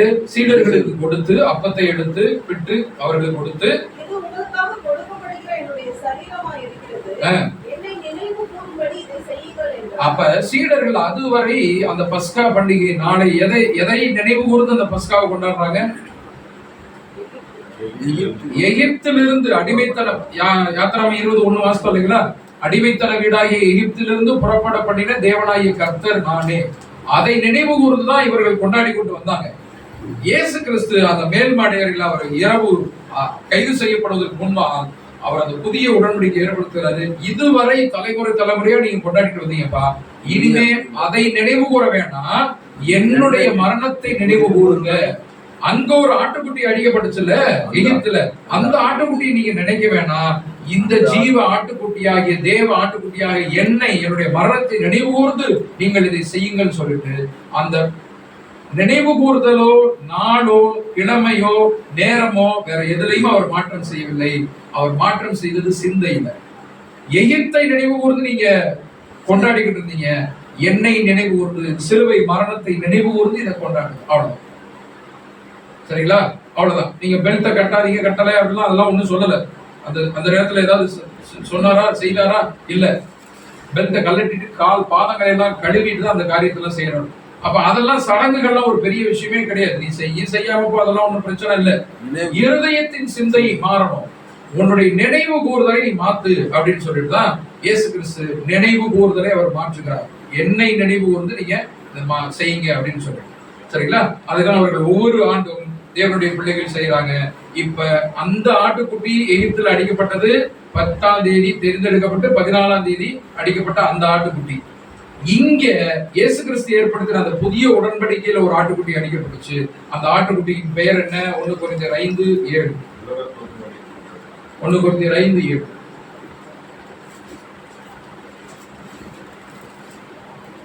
ஆகையால் நீங்கள் புளிப்பில்லாதவர்களாய் இருக்கிறபடியே புதிதாய் பிசைந்த மாவாய் இருக்கும்படிக்கு, புளிப்பில்லாத காரியங்களா இருக்கிற புதிதாய் பிசைந்த மாவா இருக்கும்படி பழைய புளித்த மாவை புறம்பே கழித்து போடுங்கள். பழைய புளிப்பு மாவு, புளிப்பில்லாத அப்பதான். நம்முடைய பஸ்காவாகிய கிறிஸ்து நமக்காக பலியானாரே. நம்முடைய பஸ்காவாகிய இயேசு கிறிஸ்து. அங்கே எகிப்துல ஒரு ஆட்டுக்குட்டி அடிக்கப்பட்டுச்சு. அந்த எகிப்து ஆட்டுக்குட்டி அல்ல, இனிமேல் கல்வாரியிலே அடிக்கப்பட்ட ஒரு ஆட்டுக்குட்டி, பஸ்கா பலியான ஆட்டுக்குட்டி. இயேசு கிறிஸ்துவை பஸ்கா பலி என்று பைபிள் சொல்லுகிறது அன்பானவர்களே. சரிங்களா? பஸ்கா பலி, அதுவரை பஸ்கா பலி எகிப்தில் அடிக்கப்பட்டது. அப்புறம் ஒவ்வொரு வருஷமா ஆட்டுக்குட்டி அடிக்கப்பட்டுச்சு. ஆனால் இது முதல் பஸ்கா பலியாக எருசலேம்ல கல்வாரி மலையில அடிக்கப்பட்ட ஒரே ஆட்டுக்குட்டியை நினைவு கூர்ந்து நீங்கள் அதை நீங்க நினைவு கூறும்படி செய்யுங்கள் அப்படின்னு சொல்றாங்க. அப்ப அந்த வசனத்துல கடைசியில பாத்தீங்கன்னா, ஏனென்றால் நம்முடைய பஸ்காவாகிய கிறிஸ்து நமக்காக பலியானார். அப்படி என்றால் பஸ்கா யாருக்கு அடையாளம்? இங்கே இயேசு கிறிஸ்து அடையாளம். நம்முடைய பஸ்காவாகிய கிறிஸ்து. பவுல் சொல்றார், நம்முடைய பஸ்கா என்னவென்றால் எகிப்து 10 வாதை அப்படிங்கிறது இல்ல, நம்முடைய பஸ்கா இயேசு கிறிஸ்து. சரிங்களா? நம்முடைய பஸ்காவாகிய கிறிஸ்து நமக்காக பலியானாரே என்றால், இப்ப இந்த பாடம் ஆரம்பிக்கும் போது அந்த அவர்கள் கை கொண்டது கீரையை சாப்பிட்டாங்க, தடி வச்சு சாப்பிட்டாங்க, நமக்கு என்ன சம்பந்தம் அப்படின்னு ஒரு வேளை யோசனை வரலாம். ஆனால் இங்கே இப்ப ஒரு கனெக்ஷன் வருது. நமக்கும் இந்த பாடத்துக்கு கனெக்ஷன் இருக்கா? பஸ்காவுக்கும் நமக்கு தொடர்பு இருக்குதா? யாத்திராம 12ல சொல்லப்பட்ட பஸ்காவுக்கும் நமக்கு ஏதாவது தொடர்பு இருக்காங்க? இல்ல. அது எகிப்துல அடிமைத்தனத்துல இருந்தவங்க அதை நினைவு கூற வேண்டிய இல்லையா? பஸ்காவுக்கும் இயேசு கிறிஸ்துவுக்கும் தொடர்பு இருக்குதா? பஸ்காவுக்கு நமக்கு தொடர்பு இல்லை. ஒண்ணு. பஸ்காவுக்கு இயேசு கிறிஸ்துவுக்கு தொடர்பு இருக்கா? இருக்கு. எப்படி? அவர்தான் பஸ்கா. இப்ப அவர்தான் புதிய ஏற்பாட்டுல அவர்தான் பஸ்கா. இப்ப பஸ்காவுக்கும் கிறிஸ்துவுக்கும் தொடர்பு இருக்கும்போது இப்ப எனக்கும் பஸ்காவுக்கும் தொடர்பு இருக்கா? இருக்கு. ஏன்னா எனக்கு கிறிஸ்துவுக்கு தொடர்பு இருக்கு. ஆகையால் எனக்கும் பஸ்காவுக்கும் தொடர்பு இருக்கிறது. கரெக்டுங்களா? அப்ப பஸ்கா பண்டிகை குறிச்சு பார்க்கணுமா வேணாமா? பஸ்கா பண்டிகை நியமங்கள் எனக்கு இருக்குதா இல்லையா? எனக்கு இருக்குது. உங்களுக்கு இருக்குதான்னு இப்ப நீங்க பாடம் முடிஞ்சோன்னு நீங்க பாத்துக்கணும். எங்களுக்கு இருக்குது. பஸ்கா பண்டிகை நியமங்கள் எங்களுக்கு இருக்கு. ஏன்னா பஸ்காங்கிறது இயேசு கிறிஸ்து. பைபிள்ல சொல்லப்பட்டிருக்கு 1 கொரிந்தியர் 5:7 பஸ்காவாகிய கிறிஸ்து எனக்காக பலியானார். அப்ப பஸ்காங்கிறது கிறிஸ்து என்றால் எனக்கும் கிறிஸ்துவுக்கு தொடர்பு இருக்குது என்றால் எனக்கும் பஸ்காவுக்கு தொடர்பு இருக்கிறது. கரெக்டுங்களா? இப்ப பஸ்காவின் நியமங்கள் அப்படின்னு சொல்லி பார்க்கும்போது ஆஹா இது இஸ்ரேலுக்கு மட்டுமில்ல எனக்கும் உங்களுக்குமானது. ஏன்னா அது நிழல். அதை வைத்துக் கொண்டுதான் நிச்சயம் நம்ம இங்க பார்க்கணும். நம்ம பார்த்துட்டோம். ஈசாக்கு திருமணம் பார்த்தோம். அங்க நடக்கிறது அவர் கல்யாணம் மட்டும் இல்ல, எனக்கு கல்யாணத்தை குறித்து சொல்றாரு. மணவாளன் மணவாட்டியாக போற காரியத்தை குறித்து அங்க ஈசாக்கு திருமணத்தை குறித்து பைபிள் எழுதப்பட்டிருக்குது அப்படிங்கறத பார்த்தோம். கரெக்டுங்களா? அப்ப அங்க ஆட்டுக்குட்டி அடிக்கப்பட்டுச்சு. 14ஆம் தேதி அடிக்கப்பட்டுச்சு. 10ஆம் தேதி தெரிந்தெடுக்கணும். சாயங்காலத்துல அடிக்கணும். எலும்பு முறிக்க கூடாது. இதெல்லாம் கச்சை கட்டிட்டு சாப்பிடணும் அப்படின்னா எனக்கும் அதுல ஏதோ ஒரு விஷயம் இருக்கிறது. ஆமென். அப்ப அது என்ன அப்படிங்கறத நம்ம பார்க்கணும். நிழலும் பொருளும் பார்க்கலாம். இப்ப நமது பஸ்கா, நமது பஸ்கா இது வரைக்கும் புரியுதா? கொஞ்சம் லேட்டா வந்தவங்களுக்கு புரியாதுன்னு நினைக்கிறேன். சாரி. இப்ப நான் முதல்ல இருந்து ஆரம்பிச்சா புரிஞ்சு வச்சுக்கேன். சரிங்களா? சரி, நமக்கு கேட்டுக்க. இப்ப நமது பஸ்கா, நமது பஸ்கா. இப்ப நாம் பஸ்கா ஆசரிக்கணுமா ஆசரிக்க கூடாதா? ஆசரிக்கணும். சரிங்களா? நாம் ஆசரிக்க வேண்டிய பஸ்கா வேற, நாம் ஏன்னா நம்முடைய ஆட்டுக்குட்டி வேற இல்லையா? நம்ம அதை தெளிவா தெரிஞ்சுக்கணும். சரி, நியாயப்பிரமாணமானது ஒரு நிழல் அப்படிங்கிறது நமக்கு தெரியும். நிழல். சரிங்களா? இயேசு கிறிஸ்து வந்த பின்னால் நியாயப்பிரமாணம் நமக்கு இல்லை. கரெக்டா? இயேசு கிறிஸ்து வந்த பின்னால் நமக்கு நியாயப்பிரமாணம் இருக்குதா இல்லையா? நியாயப்பிரமாணம் நமக்கு இருக்குதா இல்லையா? ஆவிக்குரிய இஸ்ரேலுக்கு நாம, மாம்சீக இஸ்ரேலுக்கு தான் நியாயப்பிரமாணம் இல்லையா? ஆவிக்குரிய இஸ்ரேல் நாம் மாம்சீக இஸ்ரேலுங்களா? நாம இஸ்ரேல்ல பிறந்து வளர்ந்தவங்களா? இல்ல இல்லையா? நம்ம ஆவிக்குரிய இஸ்ரேல். அப்ப நியாயப்பிரமாணம் நமக்கு இருக்குதா? இல்ல. நியாயப்பிரமாணம்ங்கிறது என்னென்ன வரும்? நியாயப்பிரமாணத்துல இப்படி முக்கியமான கட்டளைகள் என்ன?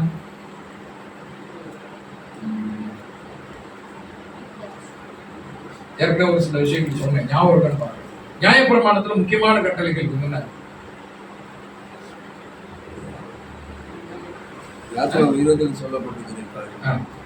அது 20ஆம் அதிகாரம் கட்டளைகள். வேற முக்கியமான நியாயப்பிரமாணங்கள் என்ன? ஓய்வு நாள் நியாயப்பிரமாணமா இல்லையா? ஓய்வு நாள் நியாயப்பிரமாணமா? அதான் நியாயப்பிரமாணம்னா கட்டளைன்னு அர்த்தம். லா அப்படின்னு அர்த்தம் ஆங்கிலத்துல. லா. ஓய்வு நாள் பிரமாணம் சொல்றோம் இல்லைங்களா? ஓய்வு நாள் ஆசரிக்கிறதுங்கிறது நமக்கு அது நியாயப்பிரமாணம். ஓய்வு நாள் ஆசரித்தல், நீயா நாளும் உன் வீட்டு வேலையானாலும் எந்த வேலையும் செய்யக்கூடாதுலாம் சொல்லப்பட்டிருக்கு. அது பிரமாணம், நியாயப்பிரமாணம். இப்ப அது நமக்கு இருக்குதா? நியாயப்பிரமாணம் நமக்கு இல்லைன்னு சொல்லியாச்சு. இப்ப நியாயப்பிரமாணத்துல இருந்து ஒரு சொலையை உரிச்சு காமிச்சாங்க சிஸ்டர், இதுதான் அப்படின்னு. பலாப்பழத்துல இருந்து ஒரு சொலையை உரிச்சு, இந்த பழம் பலாப்பழமே எனக்கு இல்ல, நான் சாப்பிட கூட டாக்டர் சொல்லிட்டாரு போது அந்த ஒரு சொலையை மட்டும் நான் சாப்பிடலாமா? பாருங்க. சரியா? அப்ப நியாயப்பிரமாணம் பலாப்பழமே சாப்பிடக்கூடாதுன்னு சொல்லியாச்சு. பலாப்பழத்தினுடைய பெயர் நியாயப்பிரமாணம். இப்ப அதுல இருந்து ஒரு சொலை எடுத்து இந்தாங்க சாப்பிடுங்க அப்படின்னா பலாப்பழமே சாப்பிடக்கூடாதுன்னா பலா சொலை மட்டும் சாப்பிடலாமா? சாப்பிடக்கூடாது. அப்ப அது நியாயப்பிரமாணம். நியாயப்பிரமாணம் எனக்கு இல்லைன்னா நியாயப்பிரமாணத்துல சொல்லப்பட்ட ஓய்வு நாள் எனக்கு கிடையாது. நமக்கு வேற ஓய்வு நாள். சரிங்களா? ஓய்வு நாள் வந்து நமக்கு இல்லை. அப்ப இது மாதிரி நிறைய காரியங்கள் வேற ஏதாவது ஞாபகம் இருக்கா நியாயப்பிரமாணம்? சரி, அதை பார்க்கலாம். இப்ப பிரமாணங்கள் வந்து நமக்கு வந்து இல்லை. இயேசு கிறிஸ்து வந்த பின்னால் அதை நம்ம பார்க்கிறோம். நம்முடைய பஸ்காவாகிய கிறிஸ்து நமக்காக பலியானார். சரி, இப்ப இதை எப்படி ஆயத்தம் ஆகிறது? இப்ப நம்ம திரும்ப அந்த 12வது அதிகாரம் போயிருக்கேன். யாத்திராகம் 12ல ஆட்டுக்குட்டி எப்படி இருக்கணும்னு சில ரூல்ஸ் சொன்னாங்க இல்லையா? என்ன ஆட்டுக்குட்டி எப்படி இருக்கணுமா? ஒரு ஆண் போய் ஒரு வீட்டு தலைவர் போய் ஆட்டுக்குட்டி பிடிக்கணும். அப்ப அந்த ஆட்டுக்குட்டியை பிடிக்கும் போது அந்த ஆடை என்னென்ன பார்க்கணும்? ஒண்ணு, ஒரு வயதா இருக்கணும். வீட்டு அந்த ஆட்டுக்குட்டி ஆணாக இருக்கணும். அடுத்து பழுதற்றதாக இருக்கணும் அப்படின்னு சொல்றாரு இல்லையா? இப்ப இந்த ஆட்டுக்குட்டி யாருக்கு அடையாளம்? இயேசு கிறிஸ்து அடையாளம். இப்ப கரெக்டா பொருந்தி வருதா? பழுதற்றதா இருக்கணும் அந்த ஆட்டுக்குட்டி. ஏன் பழுதற்றா இருக்கணும்? நம்ம சாப்பிடறதானே எதையாவது வாங்கிட்டு வரலாம்ல? இல்ல, அந்த ஆட்டுக்குட்டி பழுதற்றதாக இருக்க வேண்டும் என்று சொன்னது எகிப்திலே இஸ்ரேல் ஜனங்களுக்கானது அல்ல, நமக்கான சத்தியம். அந்த ஆட்டுக்குட்டி இயேசு கிறிஸ்து வந்தவர், பலியாக போகிறவர், பழுதற்றவராக இருக்க வேண்டும் என்பதற்காக தான் அங்க முன்னாடி சொல்லப்பட்டிருக்கு. ஆட்டுக்குட்டியை வாங்கும்போது பழுதற்று இருக்கணும் அப்படின்னு சொல்லிட்டு, ஒரு ஆணாக இருக்க வேண்டும் அப்படின்னு சொல்லப்பட்டிருக்கு இல்லையா? இயேசு கிறிஸ்துவ பார்க்கணும், ஒரு வயது உள்ளவனாக இருக்கணும் அப்படின்னு. இப்ப இதை எப்படி பொருந்துவீங்க? இயேசு ஆட்டுக்குட்டிக்கு ஒரு வயசு தான் இருக்கணும், இயேசு கிறிஸ்து ஒரு வயசா? சொல்லுங்க. 30 என்பது யூதர்களுக்கு அதுதான் ஒரு வயது. நமக்கு இந்த வாக்குரிமை, டிரைவிங் லைசன்ஸ்லாம் எத்தனை வயசு? 18ன்னு சொல்லுவோம் இல்லையா? மைனர்ல இருந்து அப்பதான் மேஜர் ஆவாங்க. 18 அப்படின்னா மேஜர். 18ல இருந்து தான் வாக்கு உரிமையிலிருந்து ஓட்டு எல்லாமே நமக்கு கொடுக்குறாங்க இல்லையா நம்ம இந்திய அரசாங்கத்துல. அது போல இஸ்ரேலர்கள் யூதர்களுக்கு 30 வயதுக்கு அப்புறம் தான் அவங்க மேஜர் ஆகிறாங்க அவங்களுடைய சட்டத்திட்டத்தின்படி. அப்ப 30ங்கிறது இயேசு கிறிஸ்து 30வது வயதுல தான் ஊழியத்துக்கே வர்றாரு. அப்பதான் 1 நம்ம கணக்குப்படி ஒரு வயது. அப்ப ஆட்டுக்குட்டியா இருக்கணும், ஆணா இருக்கணும், பழுதற்றதா இருக்கணும், ஒரு வயதுள்ளதாக இருக்கணும் அப்படின்னு சொல்லிட்டு அந்த ஆட்டுக்குட்டிக்கு எகிப்துல சொன்னது கர்த்தராகிய இயேசு கிறிஸ்து சரியா பொருந்தி வருது. இதோ யோவான் 1:36 உலகத்தின் பாவங்களை சுமந்து தீர்க்கிற தேவ ஆட்டுக்குட்டி என்று யார் சொன்னதுங்க? யோவான் ஸ்நானகன் சொல்றாரு, ஜனங்களுக்கு காண்கிறார். இதோ போராரிப்பா, இவர்தான் உலகத்தின் பாவங்களை சுமந்து தீர்க்கிற தேவ ஆட்டுக்குட்டி அப்படின்னு சொல்லிட்டு அதை அவர் சொல்லுகிறார் அப்படின்னு சொல்லிட்டு பாருங்க. சோ அதனாலதான் இயேசு கிறிஸ்து சரியா பொருந்தது அப்படின்னு பாருங்க. சரி, இப்ப ஆட்டுக்குட்டியை போய் யார் வாங்கணும்? வீட்டு தலைவர் போய் வாங்கணும். சரிங்களா? வீட்டு தலைவர் போய் வாங்கணும். அதை 4 நாட்கள் பத்திரமா வச்சிருந்து 4வது நாள்ல தான் அதை அடிக்கணும். கரெக்டா? இப்ப இந்த வீட்டு தலைவர் யாருக்கு அடையாளம்? ஆட்டுக்குட்டி இயேசு கிறிஸ்து. ஆட்டுக்குட்டியை அடிக்கக்கூடிய வீட்டு தலைவர் யாருக்கு அடையாளம்? ஒரு க்ளூ கொடுத்துட்டேன். ஆட்டுக்குட்டியை அடிக்கக்கூடிய சக்தி கொண்ட, வல்லமை கொண்ட, அவரிலும் பெரியவர் ஒருத்தர் இருக்கிறார். வீட்டு தலைவர் யாரு? இந்த உலகத்துக்கே தலைவர், பிதாவாகிய தேவன். வீட்டு தலைவர் யாருக்கு அடையாளம்? பிதாவாகிய தேவன். ஏசாயா 53:10 நீங்க வசனத்தை நோட் பண்ணிக்கங்க. பிதாவுக்கு அடையாளமா. இப்ப இவர் என்ன பண்றாரு? 10ஆம் தேதி போய் ஒரு ஆட்டுக்குட்டியை தெரிந்து கொண்டு 14ஆம் தேதி சாயங்காலம் அதை அடிக்கிறார்.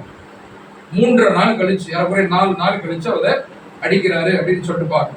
இது எப்படி பொருந்தி வருகிறது? 10ஆம் தேதி 14ஆம் தேதி அப்படிங்கிறது கீழே இருக்க வசனங்கள்லாம் நீங்க நோட் பண்ணிக்கணும்.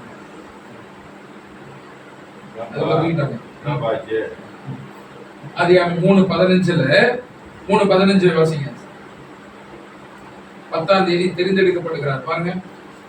10ஆம் தேதி தெரிந்தெடுக்கப்பட்டு 4 நாள் கழிச்சு அதை அடிக்கணும்.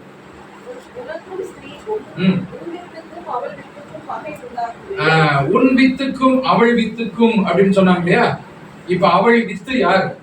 உன் வித்து யாரு? இப்ப இது யாரை பார்த்து சொல்றாரு? உனக்கும் ஸ்திரீக்கும் உன் வித்துக்கும் அவளுக்கும். பிசாசு பாம்பை பார்த்து சொல்றாரு, சர்ப்பத்தை பார்த்து. உனக்கும் ஸ்திரீக்கும் உன் வித்துக்கும்னா பிசாசுடைய வித்துக்கும் அவள் வித்துக்கும் பகையை உண்டாக்குவேன். இப்ப அவள் வித்து யாரு? இயேசு கிறிஸ்து. ஸ்திரீயின் வித்து இயேசு கிறிஸ்து. இப்ப அவள் வித்துக்கும் நான் பகையை உண்டாக்க போறேன்னு சொல்லிட்டு இப்ப இது எங்க சொல்றாங்க? இந்த நிகழ்ச்சி எங்க நடக்குதுங்க? ஏதேன் தோட்டத்தில் நடந்தது. இயேசு கிறிஸ்து அவர் உன் தலையை நசுக்குவார்னு சொல்றாரா? இப்ப தேவன் அங்கே ஏதேன் தோட்டத்துல இயேசு கிறிஸ்துவை தெரிந்து கொள்கிறார்.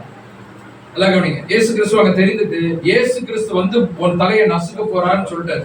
10ஆம் தேதி ஆட்டுக்குட்டியை தெரிந்தெடுத்தாச்சு. 4 நாள் வச்சிருந்து 4ஆம் நாள் தான் அடிக்கிறார். இப்ப 4 நாள் கழித்துதான் இயேசு கிறிஸ்து அடிக்கப்பட்டாரா? தேவன் 10ஆம் தேதி தெரிந்து கொண்டார். சரிங்களா? 14ஆம் தேதி சாயங்காலத்துல அடிக்கிறார். அப்ப ஏதேன் தோட்டத்துல இயேசு கிறிஸ்துவை தேவன் தெரிந்து கொண்டார். 4000 ஆண்டுகள் கழித்து தான் இயேசு கிறிஸ்து பூமிக்கு வர்றார். காலக்கணக்கு பாடம் ஞாபகம் இருக்கா? ஒரு 1000 நாள் ஒரு நாள் காலக்கணக்கு. இப்ப எத்தனை வருஷம் ஆச்சு? இப்ப எத்தனை வருஷம் ஆதாம் ஏவாள் தோன்றி படைக்கப்பட்டு? 6000 வருஷம் ஆயிருச்சு ரவுண்டா, இல்லைங்களா? 6000 வருஷம். இப்ப இயேசு கிறிஸ்து வந்து எத்தனை வருஷம் ஆச்சு? 2000 வருஷம். அப்படின்னா அதுக்கு முன்னாடி எத்தனை வருஷம்? 4000 வருஷம், இல்லைங்களா? அப்ப ஆதாமில் இருந்து இயேசு கிறிஸ்து பிறக்கிறதுக்கு எத்தனை வருஷம் ஆச்சு? ஆதாமில் இருந்து இயேசு கிறிஸ்து பிறக்கிற வரைக்கும் நல்லா கவனிங்க, நல்லா கவனிங்க. பாருங்க, ஐயா எல்லாரும் பாத்துட்டு இருக்கீங்க. ஐயா மூத்த ஒண்ணு திரும்பி காமிச்சுங்க. சரி, பாத்துட்டீங்களா? இப்ப இங்க கவனிங்க, இங்க கவனிக்க. நான் திரும்ப முதல்ல தான் ஆரம்பிக்கிறேன். சரி, ஆதாம் படைக்கப்பட்டதுல இன்று வரை 6000 வருஷம் நம்ம பார்த்துட்டோம் காலக்கணக்கு. சரிங்களா? இயேசு கிறிஸ்து வந்து 2000 வருஷம் ஆயிடுச்சு. 2000 வருஷம் முன்னாடி இயேசு கிறிஸ்து இந்த பூமிக்கு வந்தாரு, மரித்தார், பரமேறி போயிருக்காரு அப்படின்னு பாருங்க. இப்ப இயேசு கிறிஸ்துக்கு முன்னாடி எத்தனை வருஷம்? 4000 வருஷம். லேட்டா வந்தாலும் லேட்டஸ்டா வர தலைவர். நீங்க எல்லாம் கவனிக்க. புரியலையா? காலக்கணக்கு பாடம் வந்தவங்களுக்கு தெரியும் இல்லையா? ஆமா, 4000 வருஷம். இப்ப ஏதேன் தோட்டத்துல இயேசு கிறிஸ்துவை சொல்லிட்டாரு, தேவன் தெரிந்து கொண்டார். அவர் உன் தலையை நசுக்குவார் சொல்லிட்டு 4 வருஷம், அதாவது 4000 ஆண்டுகள் கழித்து தான் பிதா இயேசு கிறிஸ்து இந்த பூமிக்கு அனுப்புறாரு. கரெக்டா? 4000 வருஷம் கழிச்சு. என்ன புரியலையா? எல்லாரும் புரியுது இல்லையா? 10ஆம் தேதி ஆட்டுக்குட்டியை தெரிந்தெடுத்தார் வீட்டு தலைவர். 14ஆம் தேதி தான் அடிக்கணும் அப்படிங்கிறது 10ஆம் தேதி தெரிந்தெடுத்து 4 நாள் கழிச்சுதான் ஆட்டுக்குட்டி அடிப்பது அப்படிங்கிறது ஒரு கர்த்தருக்கு ஒரு நாள் என்பது 1000 வருஷம். அப்படின்னா 4 நாள் என்பது 4000 வருஷம் கழிச்சுதான் இயேசு கிறிஸ்து பூமிக்கு வர வேண்டும் என்பது தேவன் திட்டம். பாத்தீங்களா? அப்ப தேவன் தெளிவா பாருங்க, இந்த பஸ்கா பாடத்துல இயேசு கிறிஸ்துடைய ஜனனம், அவரது பூமிக்கு வர வேண்டிய காரியம், அதெல்லாம் அங்க கொடுத்திருக்கிறாருங்கிறத நம்ம பார்க்கிறோம். சரிங்களா? இது ஒரு விஷயம் நம்ம அங்க தெரிந்து கொள்ள வேண்டும் அப்படிங்கறத நம்ம புரிஞ்சுக்கணும். சரிங்களா? ரைட். சோ அடுத்து நீங்க பாத்தீங்கன்னா இதை குறித்து தானியேல் 9ஆவது அதிகாரத்துல அந்த கடைசியில 25ல இருந்து 27 வரைக்கும் நீங்க அதை வாசிக்கலாம். 25ல இருந்து அறிந்து உணர்ந்து கொள்ள வேண்டியது என்னவென்றால், எருசலேமை திரும்பி எடுத்து கட்டுகிறதுக்கான கட்டளை வெளிப்படுவது முதல் பிரபுவாகிய மேசியா வருமட்டும் 7 வாரமும் 62 வாரமும் செல்லும். அவைகளில் வீதிகளிலும் அலகுகளிலும் மறுபடியும் கட்டப்படும். ஆனாலும் இறுக்கமான காலங்களில் இப்படியாகும். 7 வாரமும் 62 வாரமும் செல்லும். அப்படின்னா மொத்தம் எத்தனை? 7 வாரம் 62 வாரம்னா 62 கூட்டல் 7 என்னங்க? 62 கூட்டல் 7 69 வாரம் செல்லும். சரிங்களா? 69 வாரம் செல்லும். தொடர்ந்து அந்த 62 வாரங்களும் பின்பு மேசியா சங்கரிக்கப்படுவார். அந்த 62 வாரங்களுக்கு பின்னால் மேசியா சங்கரிக்கப்படுவார். ஆனாலும் நமக்காக அல்ல, நகரத்தையும் பரிசுத்த ஸ்தலத்தையும் வரப்போகிற பிரபுவின் ஜனங்களை அடித்து போடுவார்கள். அதன் முடிவு ஜலப்பிரவாகம் போல இருக்கும். முடிவு பரியந்தமும் யுத்தமும் நாசமும் உண்டாக நியமிக்கப்பட்டது. அப்ப 62 வாரம் சென்ற பின்பு மேசியா சங்கரிக்கப்படுவார். இந்த இடத்துலதான் அந்த தீர்க்க தரிசனம் இருக்கு. அது ஒரு பெரிய பாடம், தானியேலுடைய தீர்க்க தரிசனம். 62 வாரம்னா என்ன, 7 வாரம்ங்கிறது என்ன, 69 வாரம் என்ன கணக்கு வருது? 70வது வாரத்துல அந்த வாரத்தின் பாதி சென்ற பின்பு, வாரத்தின் பாதி எத்தனை? ஒரு வாரம்ங்கிறது 7 நாள். வாரத்தின் பாதி சென்ற பின்புனா 3 நாள். அப்ப ஒரு தீர்க்க தரிசனத்துல ஒரு நாள் என்பது, தீர்க்கதரிசிக்கு ஒரு நாள் என்பது ஒரு வருஷம். 40 நாளாக நீங்கள் வனாந்தரத்தை சுற்றி வருவீர்கள் தேவன் சொல்றாரு. 40 நாள்ங்கிறது 40 வருஷம் ஆச்சுன்னு நம்ம வாசித்தோம். இப்ப அது போல 3 நாள் அப்படிங்கிறது 3 வருஷம். அப்ப இயேசு கிறிஸ்து பூமிக்கு வந்து ஊழியம் செய்து 3 வருஷம் கழித்துதான் அவர் மெசியா சங்கரிக்கப்படுவார் என்கிறது தானியேல் தீர்க்க தரிசனம். தானியேல் புஸ்தகம் இயேசு கிறிஸ்து பிறக்கிறதுக்கு 600 வருஷத்துக்கு முன்னாடி எழுதப்பட்ட புஸ்தகம். கிமு 600. அதுல இயேசு கிறிஸ்து வருவார், மெசியாவாக இருப்பார், சங்கரிக்கப்படுவார், 3 வருஷம் தான் ஊழியம் செய்வார்ங்கிற கணக்கெல்லாம் பழைய ஏற்பாட்டுல இயேசு கிறிஸ்துவை மரணத்தை குறித்து சொல்லப்பட்ட ஒரே இடம் இந்த இடம் தான். பழைய ஏற்பாட்டுல இயேசு கிறிஸ்துடைய மரண டீடைல், எத்தனை வருஷம் அவர் வாழ்வார், எத்தனை வருஷம் அவர் வந்து கழித்து அவர் கொல்லப்படுவாருங்கிறது சொல்லப்பட்ட ஒரே இடம் தானியேல் புத்தகத்துல. சரி, இப்ப இந்த கணக்கு நம்ம பார்த்துட்டோம். இது புரியுதுங்களா? 4 நாள் கழித்து வீட்டு தலைவர் அடிச்சது அப்படிங்கிறது எவ்வளவு பெரிய ஒரு மகத்துவமான திட்டம் பாருங்க. சரி, இப்ப அந்த ஆட்டுக்குட்டி எங்க அடிக்கப்பட்டுச்சு? யாத்திரா 12ல எந்த ஊர்ல அடிக்கப்பட்டுச்சு? எகிப்துல அடிக்கப்பட்டுச்சு. வனாந்தரத்திலேயோ கானான்லயோ இல்ல, எகிப்துல அடிக்கப்பட்டது. எகிப்துங்கிறது இங்க எதற்கு அடையாளம்? உலகத்துக்கு அடையாளம். இயேசு கிறிஸ்து எங்க அடிக்கப்பட்டார்? உலகத்துல அடிக்கப்பட்டார். அந்த பூமியில வந்து அடிக்கப்பட்டார். ஏன் அங்க அடிச்சு வெறும் ரத்தத்தை செஞ்சிருக்கலாம், ஆனா அப்படி தேவன் திட்டம் போடல. எகிப்துல தான் ஆட்டுக்குட்டி அடிக்க வேண்டும் என்பது பழைய ஏற்பாட்டு பிரமாணம் என்பதனாலே எகிப்து என்பது இந்த உலகத்துக்குரிய காரியங்களை குறிக்கிறது. இயேசு கிறிஸ்து இந்த உலகத்துலதான் வந்து அடிக்கணும் அப்படின்னு சொல்லிட்டு, சரி அடிச்சுட்டு அந்த கறியை எப்படி என்ன பண்ணணும்? சுட்டு சாப்பிடணும் அப்படின்னு சொல்லிருக்கு. இப்ப சுடுதல் என்பது எதற்கு அடையாளம்? நெருப்புல சுடுதல்ங்கிறது எதற்கு அடையாளமா இருக்கும்? அக்கினி, அக்கினி போன்ற சோதனைகள், வேதனைகள் இயேசு கிறிஸ்துக்கு இருந்ததா? அவர் சுடப்பட்டாரா? கடுமையாக சுடப்பட்டார், பாதிக்கப்பட்டார், துன்பப்படுத்தப்பட்டார், துப்பப்பட்டார், நிர்வாணப்படுத்தப்பட்டார். அவருடைய வேலை என்னன்னா வந்து ரத்தத்தை சிந்தி சாகணுங்கிறத வேலை. ஆனால் நெருப்பிலே சுடப்படணுமா? ஆம், சுடப்பட்டுதான் மரிக்க வேண்டும் என்பது யாத்திரா 12ல சொல்லப்பட்டது. அந்த ஆட்டுக்குட்டி நெருப்புல சுடணும். அதனாலதான் இயேசு கிறிஸ்துக்கு இவ்வளவு சோதனைகள், வேதனைகள் எல்லாம் வந்துச்சு. அவரை கன்னத்துல அரைஞ்சாங்க. ஏன்? நெருப்புல சுடணும். உன் கரிய நெருப்புல சுட்டாதான் அவங்க சாப்பிடுவாங்க. ஜனங்கள் ஃப்ரெஷ்ஷா வந்து அப்படி குத்துன உடனே செத்து ரத்தத்தை சிந்தி செத்துருக்கலாம். இயேசு கிறிஸ்து தேவனுடைய திட்டத்துல இருந்திருக்கலாம். சிம்பிளா வந்து ரத்தத்தை சிந்தி கழுத்தை அறுத்துட்டு ரத்தத்தை சிந்தியாச்சுப்பா முடிஞ்சு, ஏதோ ஒன்று பண்ணிருக்கலாம் இல்லையா? ஏன் இவ்வளவு வேதனைகள், சோதனைகள், துன்பங்கள், உபத்திரவங்கள் ஆண்டவருக்கு கொடுக்கப்பட்டது? ஏனென்றால் யாத்திரா 12ல சொல்லப்பட்டது, அந்த ஆட்டுக்குட்டி நெருப்பினால் சுடப்பட வேண்டும் என்பது நியதி, பிரமாணம், கட்டளை. அந்த கட்டளையை கொடுத்தது தேவன். கட்டளையை அவரே கொடுத்துட்டு அவரே மீற மாட்டார். சரிங்களா? அவர் கட்டளையை கொடுத்து அவரே மீற மாட்டார். மீறினா அது நல்லா இருக்கு, தேவன் சொல்ல முடியாது. அதனால அந்த கட்டளைப்படி அவரே பண்ணார். சரி, அடுத்த ஒரு காரியம் பார்த்தோம். எலும்பை என்ன பண்ணணும்? பாத்தீங்களா? ஞாபகம் இருக்கா இந்த வசனம்?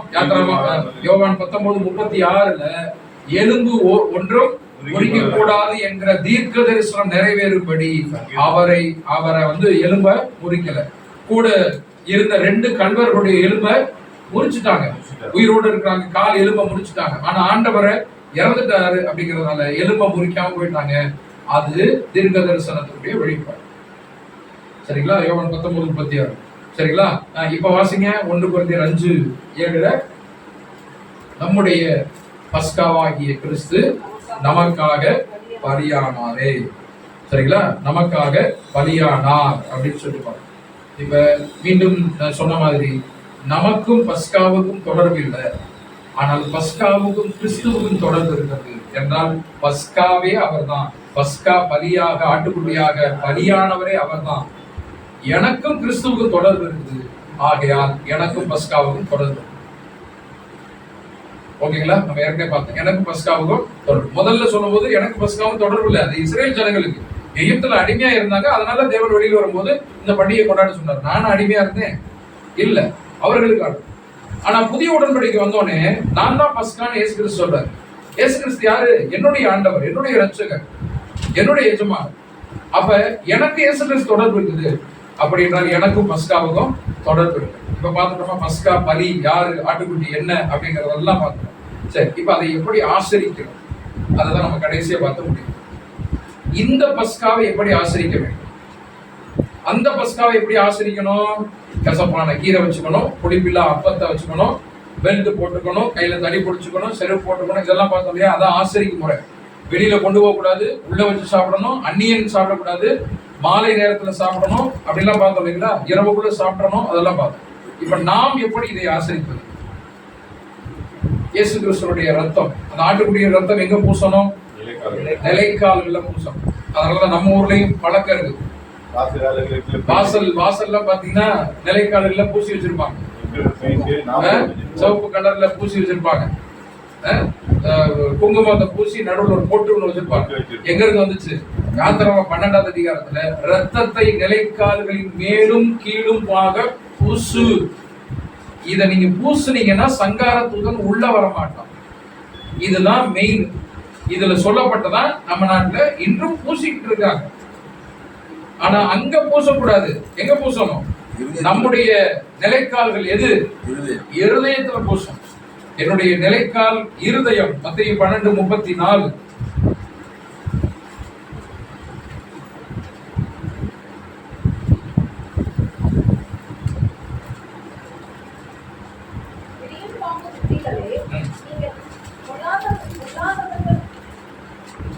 பொல்லாதவர்களாய் இருக்க நலமானவைகளை எப்படி பேசுவீர்கள்? இருதயத்தின் நிறைவினால் வாய் பேசும். இருதயத்தின் நிறைவினால் வாய் பேசும். அப்ப இருதயத்துல என்ன நீங்க நினைக்கிறீங்களோ அதான் பேசுது வாய். சரிங்களா? இருதயத்துல நல்லது இருந்துச்சுன்னா நல்ல நன்மையான வார்த்தைகள் வரும். இருதயத்துல கெடுதலான நினைவுகள் இருந்துச்சுன்னா கெடுதலான வார்த்தைகள் வரும். அப்ப உன் வாயின் வார்த்தைகளை கொண்டே நீ தீர்ப்பிடப்படுவாய். கரெக்டுங்களா? அப்ப நான் தீர்ப்பிடப்படுறது நல்லவங்க கெட்டவங்க அப்படின்னு எப்படி தீர்ப்பிடுறோம்? வாயின் வார்த்தைகள். அந்த வாயின் வார்த்தைகள் எதுல இருந்து புறப்பட்டு வருது? இருதயத்தின் நினைவு. என்னுடைய நினைவுல இருந்து புறப்பட்டு வருது. சரிங்களா? நினைவுல இருந்து புறப்பட்டு வருகிறது அப்படின்பா. அப்ப நம்முடைய செயல்கள் நடவடிக்கைகள் எல்லாத்துக்கும் காரணம் எதுனா என்னுடைய இருதயத்தின் நினைவு. அதுதான் வாசல், அதான் நுழைவு வாசல். அதனால அங்கதான் ரத்தம் பூசப்பட்டு அது அந்த இருதயம் பரிசுத்தமாக்கப்பட வேண்டும். இருதயத்தின் நுனித்தோலாகிய விருத்த சேதனம் சொல்லிட்டு எபிரேயர் 10:22 ஒரு வசனம் நம்ம வாசிக்கிறோம் இல்லையா? இருதயத்தின் நுனித்தோலை நீங்க விருத்த சேதனம் பண்ணுங்க அப்படின்னு சொல்லிட்டு அப்ப அங்க அதை நம்ம பார்க்கிறோம். அந்த வசனங்கள்லாம் இல்லைங்க. சரி, இப்ப ஆட்டுக்குட்டி ரத்தம் பூசப்பட்டாச்சு. அடுத்த ஆட்டுக்குட்டியை நம்ம சாப்பிடணும். ஆட்டுக்குட்டிக்கு அடுத்து முக்கியமானது என்னன்னா புளிப்பில்லாத அப்பம். சரிங்களா? புளிப்பில்லாத அப்பம். அப்படிதானே? புளிப்பில்லாத அப்பத்தோடு கசப்பான கீரையோடு சாப்பிடும். இப்ப புளிப்பில்லாத அப்பம்ங்கிறது எதற்கு அடையாளம்? நமக்கு புளிப்பு எதற்கு அடையாளம்? மத்தேயு 16 1 கொரிந்தியர் 5:6-8 வரை நீங்க பாத்தீங்கன்னா நம்முடைய பஸ்காவாகி கிறிஸ்து நமக்காக பலியிடப்பட்டாரே, ஆதலால் பழைய புளித்த மாவோட அல்ல துப்புரவு மற்றும் உண்மை என்றும் புளிப்பில்லாத அப்பத்தோடு பண்டிகையை ஆசரிக்க கடவோம். இந்த பண்டிகை ஆசரிக்க கடவோங்கிறது சீடர்கள் நாம. இப்ப நமக்கு எந்த புளிப்பில்லா அப்பம் அப்படின்னு சொன்னா துப்புரவு மற்றும் உண்மை. பாருங்க, பழைய புளிப்பு மாவு அந்த அப்பம் சாப்பிடக்கூடாது. எகிப்திலே சொல்லப்பட்ட அந்த அப்பம் இல்ல, புதிய காரியம். துப்புரவு மற்றும் உண்மை, பரிசுத்தம், புளிப்பில்லாத அப்பத்தோடு பண்டிகையை நீங்க ஆசரிக்கணும். அப்படி என்றால் இந்த ஆட்டுக்குட்டியாகிய இயேசு கிறிஸ்துவனுடைய அந்த நினைவு கூறுதலை, அவருடைய மரணத்தை நினைவு கூறும் பொழுது நாம் இந்த புளிப்பில்லாத அப்பத்தோட தான் நாம நினைவு கூறணும். அதான் பரிசுத்தம், துப்புரவு மற்றும் உண்மை அப்படின்னு சொல்லிட்டு 2 அப்பம் இங்க பார்க்கிறோம். துப்புரவு மற்றும் உண்மை. துப்புரவுனா தூய்மையா இருக்கணும், பரிசுத்தமா இருக்கணும். அடுத்து உண்மையா இருக்கணும். உண்மையா இருந்தாதான் இந்த பண்டிகையில நம்ம கலந்து கொள்ளணும். சரிங்களா? 2வது. அடுத்து 3வது புளிப்பு என்பது மத்தேயு 16:6. இயேசு அவர்களை நோக்கி, ஸ்கிரீனை பார்க்கணும். இயேசு அவர்களை நோக்கி, பரிசேயர் சதுசேயர் என்பவர்களின் புளித்த மாவை குறித்து எச்சரிக்கையா இருங்கள். இயேசு கிறிஸ்து அங்க ஒரு காரியத்தை சொல்றாரு. புளிப்பு மாவை குறித்து எச்சரிக்கையா இருக்குன்னு சொல்றாரு. அந்த புளிப்பு மாவு என்ன அப்படிங்கறது 12வது வசனத்துல சொல்றாரு. அப்பொழுது அவர் அப்பத்தின் புளித்த மாவை குறித்து எச்சரிக்கையா இருக்க வேண்டும் என்று சொல்லாமல் பரிசேயர் அப்பத்தை குறித்து சொல்லல. புளிப்பு மாவுனா நைட்டு சப்பாத்தி செய்யணும் போல இருக்கு, அதை சொல்லல. ஆனால் பரிசேயர் சதுசேயர் என்பவர்களின் உபதேசத்தை குறித்து அப்படி சொன்னார் என்று அறிந்து கொண்டார்கள். ஏற்கனவே ஒரு புளிப்பு, 2 புளிப்பு பார்த்தோம் கொரிந்தியர்ல. 1 துப்புரவு மற்றும் உண்மை என்ற புளிப்பில்லாத அப்பத்தோட இந்த பண்டிகையை ஆசரிங்க. இயேசு கிறிஸ்து அடுத்த ஒரு புளிப்பு சொல்றாரு. புளிப்பு என்பது உபதேசம், தவறான உபதேசங்கள், ராங் டாக்ட்ரின்ஸ். பரிசேயர் சதுசேயர்களுடைய உபதேசம், தவறான உபதேசத்தோட நம்ம இந்த பண்டிகை ஆசரிக்க கூடாது அப்படின்னு சொல்லிட்டு சொல்றோம். இப்ப நமக்கு எல்லாம் தெரியும், நம்ம சபைகள்ல எல்லாரும் சொல்றாங்க இந்த பண்டிகை ஆசரிக்கும் போது. பண்டிகைனா அந்த ராப்போஜனம் இல்லையா, கப் பிரெட், இதை நம்ம வைத்து ஆண்டவருடைய மரணத்தை நினைவு கூறும் போது துப்புரவா இருக்கணும், பரிசுத்தமா இருக்கணும், உண்மையா இருக்கணும் அப்படின்னு சொல்லியாச்சு. 2 ஃபாலோ பண்றோம். பட் இந்த 3வது ஃபாலோ பண்றோமா? அதிலும் கர்த்தர் சொன்ன ஒரு புளிப்பில்லாத அப்பம் உபதேசம். பரிசேயர் சதுசேயருடைய உபதேசத்தை குறித்து நீங்க கவனமா இருங்க அப்படின்னு சொல்லிட்டு அந்த உபதேசத்தை குறித்து சொல்றாரு. இப்ப என்ன உபதேசம் இதுல இருக்கிறது அப்படிங்கறத நாம சொல்லணும், பார்க்கலாம். இப்ப அதுக்கு முன்னாடி சில காரியங்களை பார்த்து நமக்கு போகலாம். கசப்பான கீரை அப்படிங்கிறது நமக்கு கசப்பான அனுபவம். பெல்ட்டை கட்டிக்கணுமா, இப்ப பெல்ட்டை லூஸ் பண்ணிட்டு சாப்பிடணுமா? இப்ப நமக்கு பெல்ட்டை கட்டணுமா, லூஸ் பண்ணிட்டு சாப்பிடணும்? சைஸ் கூட்டி வேண்டியது. கட்டணுமா, அவுத்துக்கணுமா? பெல்ட்னா என்ன நான் சொல்றேன், இப்ப அதுக்கப்புறம் நீங்க முடிவு பண்ணுங்க. எபேசியர் 6:14. கச்சை, எபேசியர் 6:14.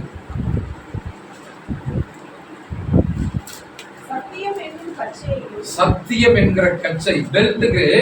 இப்ப நமக்கு ஒரு பெல்ட்ட கடவுள் கொடுத்திருக்காரு, சத்தியம் என்கிற கச்சை, ட்ரூத். இப்ப சொல்லுங்க, இந்த பெல்ட்டை கலட்டி விட்டணுமா இல்ல டைட்டா புடிச்சுக்கணுமா? அவ்வளவுதான். பெல்ட் கலண்டவே கூடாது, லூஸாவே ஆகக்கூடாது. சரிங்களா? ஏன் பெல்ட்டை கட்டிட்டு கச்சையை கட்டி கொண்டு சாப்பிடுங்கள் என்று அங்க எகிப்துல சொன்னாருங்கிறது தெரியல. ஆனா நமக்கு கச்சையை கட்டி கொண்டு சாப்பிடுங்கள் என்று சொன்னது எனக்கு இப்ப புரியுது. இடுப்புல கச்சை என்பது சத்தியம். சரிங்களா? ஏன் இடுப்புல கட்டுறோம் பெல்ட்? பெல்ட்ல ஏன் இடுப்புல கட்டுறோம்? நம்ம முதுகு கூணடையாம இருப்பதற்காக.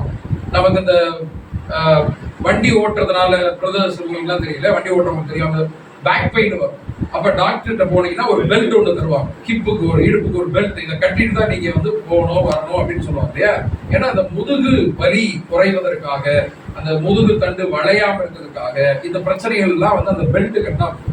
அப்ப பெல்ட் ரொம்ப முக்கியம். வளைந்து கொடுக்காமல் நிமிர்ந்து நிற்பதற்கு பெல்ட் நமக்கு உதவி செய்வது போல, நான் தேவனுடைய பிள்ளையாக ஆவிக்குரிய வாழ்க்கையில நிமிர்ந்து நிற்கணும்னா எனக்கு பெல்ட் அவசியம்.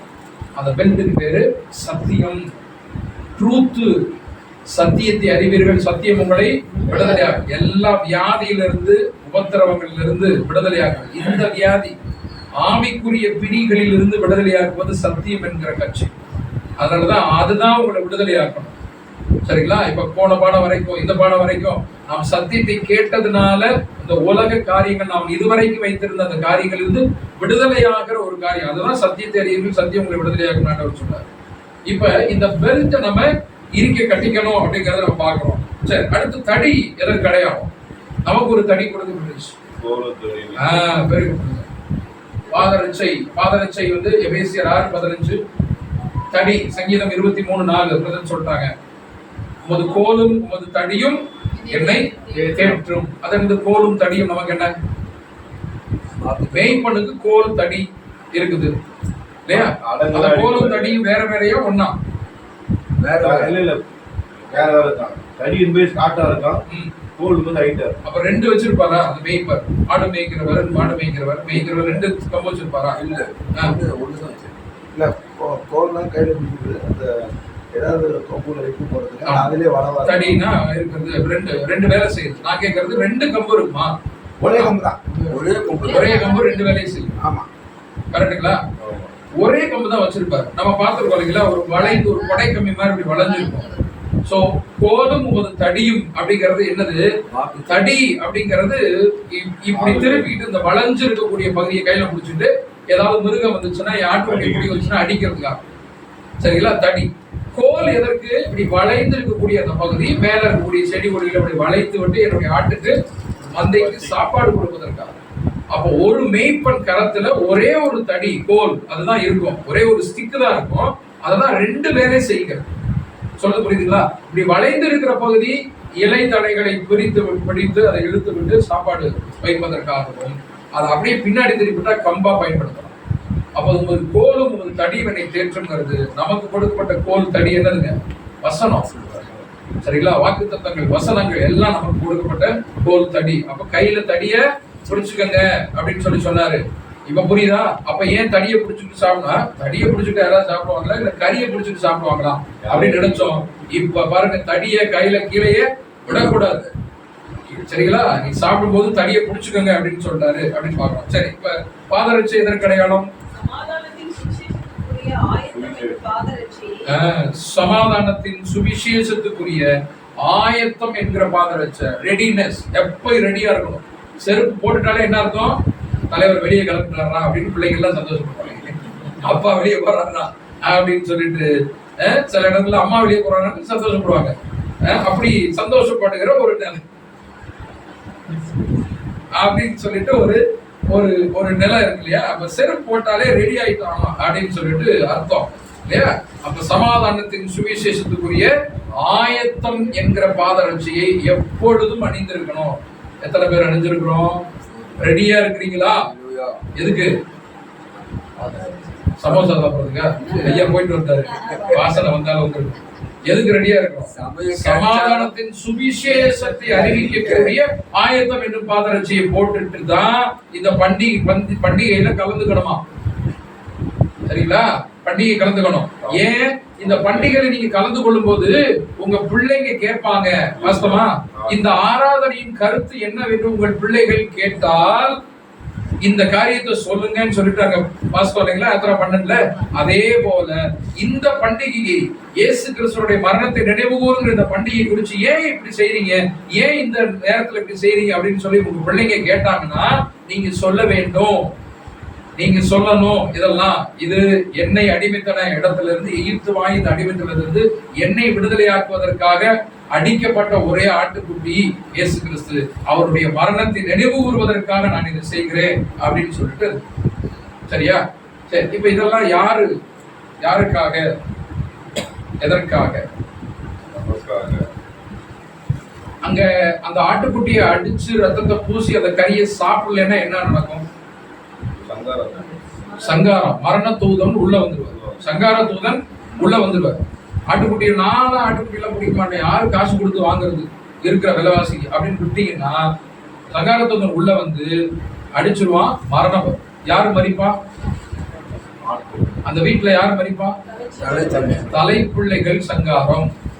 அதான் 10வது வாதம். கரெக்டுங்களா? மூத்த பிள்ளைகள் மறித்து போவாங்க.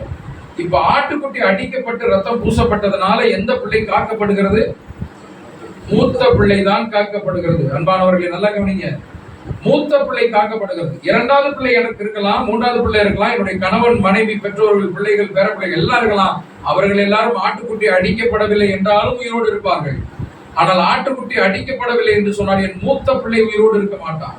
முதற் பேரானவர்கள். அப்ப அந்த மூத்த பிள்ளை எதற்கு அடையாளம் என்று அப்படின்னா to save the first born. ஏன் இயேசு கிறிஸ்து ஆட்டுக்குட்டியாக மரித்தார் என்றால் மூத்த பிள்ளையை காப்பாற்றுவதற்காக தான். முதல்ல நல்லா கவனிக்கணும். உலகத்தின் பாவங்களை சுமந்து தீர்க்கிற தேவ ஆட்டுக்குட்டி தான். அதுல எந்த விதமான கருத்து வேறுபாடும் இல்லை. ஆனால் இந்த ஆட்டுக்குட்டி அடிக்கப்பட்டது யாரை காப்பாற்றுவதற்காக என்றால் மூத்த பிள்ளை, தலைப்பிள்ளையை காப்பாற்றுவதற்காக தான். அந்த தலைப்பிள்ளை காப்பாற்றப்பட்டால் அந்த வீடு முழுவதும் குதூகலிக்கும், சந்தோஷமா இருக்கும். எங்க வீட்டுல மரணம் இல்லை என்று சொல்லி அவர்கள் கானானை நோக்கி புறப்பட்டு போவார்கள். ஆனால் தலைப்பிள்ளை சங்காரம் ஆயிடுச்சு சொன்னா, அடிக்கப்பட்டுச்சுன்னு சொன்னா அன்றைக்கு அவங்க புறப்பட முடியாது. டெத் ஆகி போச்சு, வீட்டுல புறப்பட முடியாது. வீடு முழுவதும் மரண ஓலம் இருக்கும், அழுகை இருக்கும். கரெக்டுங்களா? அவங்க புறப்பட முடியாது. கானானுக்கு வந்துருச்சுப்பா, பஸ் வந்துருச்சுப்பா, ட்ரெயின் வந்துருச்சுப்பா, புறப்படுப்பானாலும் புறப்பட முடியாது. சரிங்களா? அப்ப தலைப்பிள்ளை காப்பாற்றப்படுவதற்காக தான் ஆட்டுக்குட்டி அடிக்கப்பட்டுச்சு. அதே போல அது நிழல், இது நிஜம் என்பது அந்த ஆட்டுக்குட்டி தான் இயேசு கிறிஸ்து என்றால் இங்கும் தலைப்பிள்ளை காப்பாற்றப்படுவதற்காக தான் இயேசு கிறிஸ்து மரித்தார். ஒரு சிலர் உலகத்தின் பாவங்களுக்காக மரித்தார் என்று நம்ம நினைச்சிருக்கலாம். தப்பு இல்லை, உண்மைதான். ஆனால் முதல்ல யாரை காப்பாத்துறதுக்குன்னா தலைப்பிள்ளை. தலைப்பிள்ளை தலைச்சன் பிள்ளைகள் அப்படின்னு சொல்லிட்டு பார்க்கணும். இப்ப அந்த தலைப்பிள்ளை யாருங்க? யாக்கோபு 1:18. யாக்கோபு நிருபம் 1வது அதிகாரம் 18வது.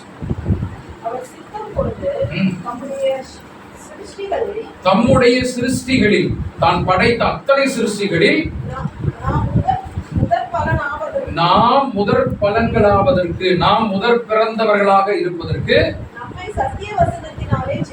யாரெல்லாம் சத்திய வசனத்தினால் பிறந்திருக்கிறார்களோ அவர்கள் எல்லாரும் தேவனுக்கு தலை பிள்ளைகளாக மாறுகிறார்கள்.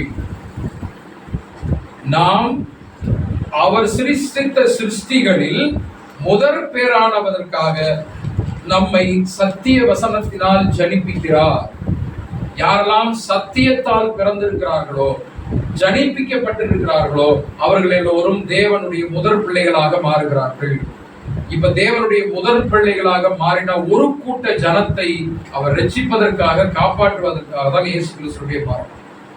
அதற்கு பின்னால் தான் உலகத்தினுடைய பாவங்களை சுமந்து தீர்க்கிற தேவாலயம். சரிங்களா?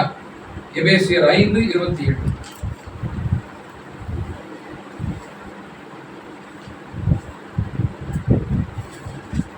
அரைதலின் முதலானவைகள் ஒன்றும் இல்லாமல் பசுத்தமும் பிழையற்றதுமான மகிமையுள்ள சபையாக அதை தமக்கும் நிறுத்திக் கொள்வதற்கு தம்மைதாமே அதற்கு ஒப்பு கொடுத்தார்.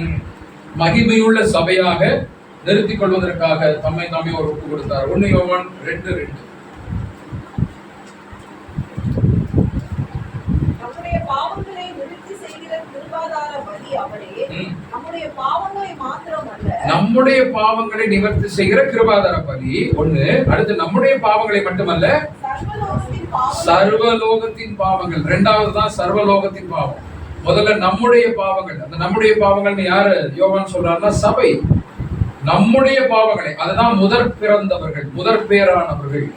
முதற் பேரானவர்களை காப்பாற்றுவதற்காக தான் இந்த ஆட்டுக்குட்டி அடிக்கப்பட்டுச்சு. அதற்கு பின்னால் தான் சர்வலோகத்தின் பாவங்களை சுமந்து தீர்ப்பதற்காக அவர் அடிக்கப்பட்டார். ஒரே ஆட்டுக்குட்டி தான்.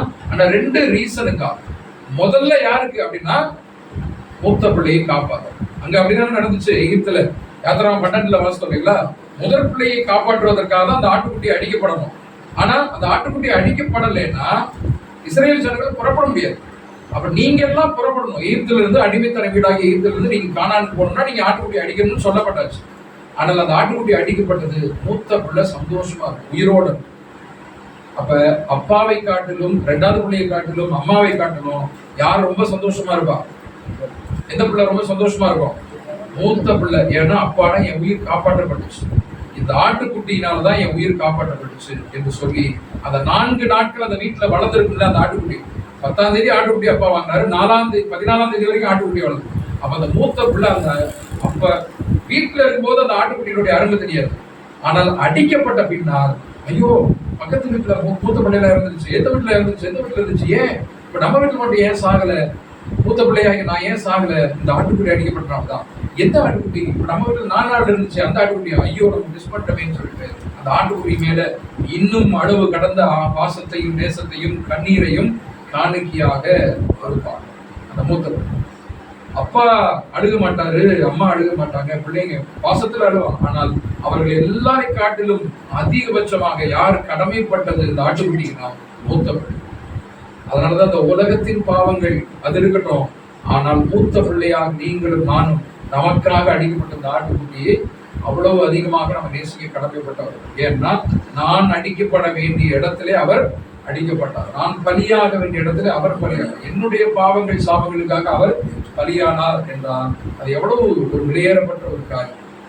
சரிங்களா? அதனால இயேசு கிறிஸ்து பஸ்கா பலியாக எனக்காக பலியானார் அப்படிங்கிறத நமக்கு பார்க்கிறோம். அவர் மேல அளவு கடந்த அன்பை நாம செலுத்துகிறோம் அப்படின்னு சொல்லிட்டு பார்க்கணும். சரிங்களா? இப்ப அந்த 2 அடையாளத்தை வச்சு நம்ம பார்க்கணும். சரி, இப்ப கடைசியா நான் ஒரு காரியத்தை கடைசியில சொல்றேன் அப்படின்னு சொல்லிட்டு பார்த்தோம். என்னது? புளிப்பில்லாத அப்பம் ஒண்ணு பார்த்தோம் இல்லைங்களா? மொத்தம் 3 புளிப்பில்லாத அப்பத்தை சாப்பிடுங்கன்றாரு. 1 துப்புரவு, 2வது உண்மை என்னும் புளிப்பில்லாத அப்பம், 3வது உபதேசம். இயேசு கிறிஸ்து சொன்னாரு உபதேசம், தவறான உபதேசம் என்கிற ஒரு காரியம். சரி, இப்ப இதுல என்ன தவறான உபதேசம்? இதுல என்ன தவறான உபதேசம்? அதான் தவறான. இப்ப இதுல என்ன தவறான உபதேசம்? அப்பத்தையும் ரசத்தையும் சாப்பிடுறதுல என்ன தவறான உபதேசம்? தவறான உபதேசத்தை, ஏன்னா அந்த அப்பத்தோட நீங்க சாப்பிடக்கூடாதுன்ற. கரெக்டா? தவறா புளிப்பில்லாத அப்பத்தோட தான் சாப்பிடணும்னு சொல்லிட்டாரு. புளிப்பு என்பது தவறான உபதேசம்னு இயேசு சொல்றாரு. இப்ப இந்த அப்ப ரசத்தை சாப்பிடுறதுல என்ன தவறான உபதேசம் சபையில இருக்குது? கிறிஸ்தவத்துல ஏதாவது இருக்குதா? சில பேரு சபையில இயேசு நமக்கா மறிக்கலன்னு சொல்றாங்க. அந்த மாதிரி டாக்டின் உபதேசம் இருக்குது. அவங்க அந்த கம்யூனிட்டி எடுக்கிறாங்களா? அனுசரிச்சுனா ஓகே, உபதேசம் மாறி இருந்தாலும் ஆனா பஸ்காக வந்து அனுசரிக்கிறாங்க. ராமஜனம் கொடுக்கும் போது எல்லாரும் அப்பளம் சாப்பிடுறதுக்குலாம் இல்ல, ரத்தமும் குடிக்கிறதுக்கு இல்ல, கையில தாங்க பார்த்து கொடுக்கணும். 1,40,000 பேர் மட்டும் தான் பள்ளத்துக்கு போவோம் சொல்லிட்டு யாருமே இதை வந்து அனுசரிக்க விடுறதில்ல. 2 ஒண்ணு பெரிய சொன்னாரு, இயேசு எனக்காக மரிக்கல அப்படின்னு விசுவாசிச்சுட்டு ஆனா அந்த பந்தியில கலந்துக்கிறாங்களா? கலந்து கொடுக்குறாங்க. ஓ தெரியல எனக்கு. சில பேர் பிதா தான் ஒண்ணு. பிதாதான் இயேசு கிறிஸ்து. அப்ப அந்த மாதிரி இரண்டாவது இயேசு கிறிஸ்து வந்து பிதாதான் இயேசு கிறிஸ்துவ வந்து மரித்தவர் அப்படின்னு சொல்லிட்டு அந்த பந்தியில கலந்துக்கிறாங்க. ரெண்டாவது பாஸ்டர் சொன்னாங்க இவங்க நீங்க வந்து என்னது பாஸ் ஓவர்னா அப்படியே கடத்திட்டு போயிடுறது அப்படின்னு சொல்லிட்டு அந்த பந்தியில கலந்துக்காம என்ன பண்ணுவாங்க, அப்படியே பாஸ் பண்ணிட்டு அனுப்பிச்சிடுவாங்க. இது வந்து எனக்கு இல்லை அப்படின்னு சொல்லிட்டு அப்படிங்கிறது ஒரு தவறான உபதேசம் அப்படின்னு சொல்லிப்பாங்க இல்லையா? இது ஒரு உபதேசம், தவறான Jesus only only Jesus, Jehovah witness இவங்க எல்லாம் பாத்தீங்கன்னு சொன்னா அவங்க கலந்துக்க மாட்டாங்க, பந்தியில கலந்துக்க மாட்டாங்க. நீ பாவி, நான் பாவி, நான் இதுல கலந்து கொள்வதற்கு தகுதி இல்லை என்று பாஸ் பண்ணிடுவாங்க. அதனாலதான் இது பேரே பாஸ் ஓவர் அப்படின்னு அவங்க சொல்லுவாங்க. நீ பாவின்னு தெரிஞ்சுதானே இயேசு கிறிஸ்து பூமிக்கு வந்தார் இல்லையா? நான் பரிசுத்தமானா இருப்பதற்காக அவர் வரல, நீ பாவி என்று இருப்பதற்காக அவர் வந்து தன்னுடைய ஜீவனை கொடுத்தார். உன்னுடைய பாவம் கழுவப்படுவதற்காக தான் ஜீவனை கொடுத்தார். நீ பரிசுத்தவான் என்பதற்காக இருக்கணும் அவசியம். சரி, இப்ப இதெல்லாம் இருக்கட்டும். இப்ப இதெல்லாம் ஒரு உபதேசம் அப்படின்னு சொல்லிட்டாங்க. வேற ஏதாவது இருக்குதா இதுல தவறான உபதேசங்கள்? பசுதாவே இல்ல இல்ல இது ராபோ இந்த உணவு இந்த பஸ்காவில இருக்கக்கூடிய ஒரு காரியம் என்னது? ஒண்ணு, அது அட்டவணை ஐட்டம் டேட். இப்ப எத்தனாம் தேதி இதை கொண்டாடணும்? 10ஆம் தேதி ஆட்டுக்குட்டியை தெரிந்து கொள்ளணும். எத்தனாம் தேதி அடிக்கப்படணும்? 14ஆம் தேதி சாயங்காலத்துல இதை அடிக்கணும்.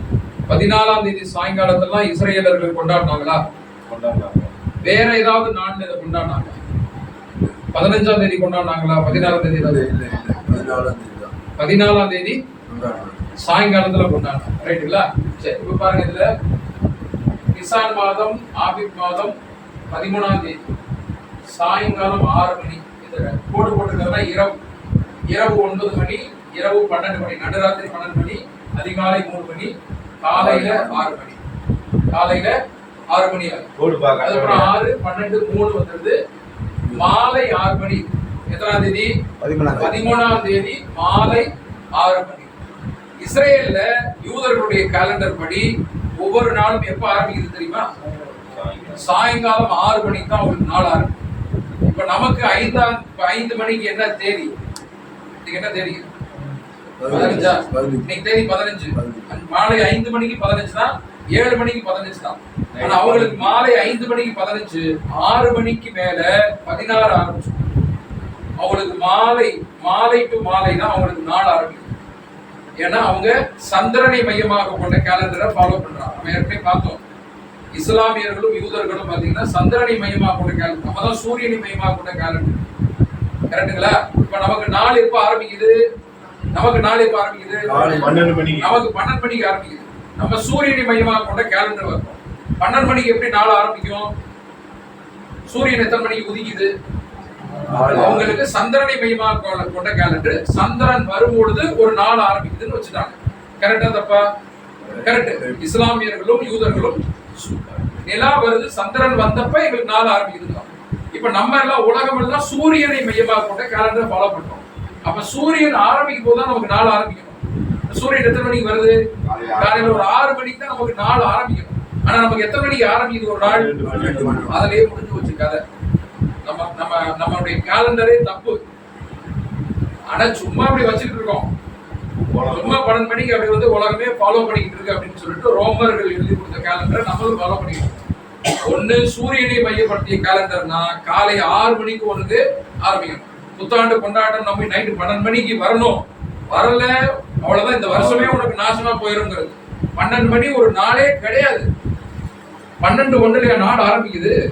12:01 நியூ இயர் அப்படின்னு சொல்லிட்டு போட்டு டிவியில போட்டு அதை போட்டு இது போட்டு கொண்டாடி ஹாப்பி நியூ இயர். 12 மணிக்கு பிறந்தநாள் எழுதி தூங்குறவனை எழுப்பி விட்டு 12:01 ஹாப்பி பர்த்டே எல்லாம் சொல்லிட்டு இருக்கோம். ஆனா காலை 6 மணிக்கு தான் சூரியனை மையமாக கொண்ட கேலண்டர் தான் நாள் ஆரம்பிக்கணும். 6 மணிக்கு நீங்க சர்வீஸ் வரீங்க, ஈஸ்டர் சர்வீஸோ நியூ இயர் சர்வீஸோ காலை 6 மணிக்கு வைங்க, அது நல்லது. அல்லது அதிகாலை 5 மணிக்கு வைங்க, நல்லது. இரவு 12 மணி ஆராதனைங்கிறது ஒரு புது ஆண்டே கிடையாது. சரிங்களா?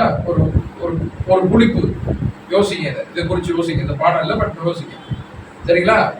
ஒன்னு சூரியன்னா சூரியன் காலை 6 மணி, சந்திரன்னா மாலை 6 மணி.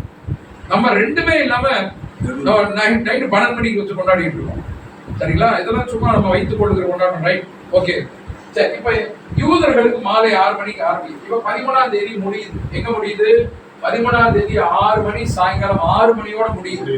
6:01 வந்துருச்சு. சாயங்காலம் 6:01க்கு 14ஆம் தேதி அங்க ஆரம்பிச்சு. மாலை 6:01க்கு 14ஆம் தேதி ஆரம்பிச்சு.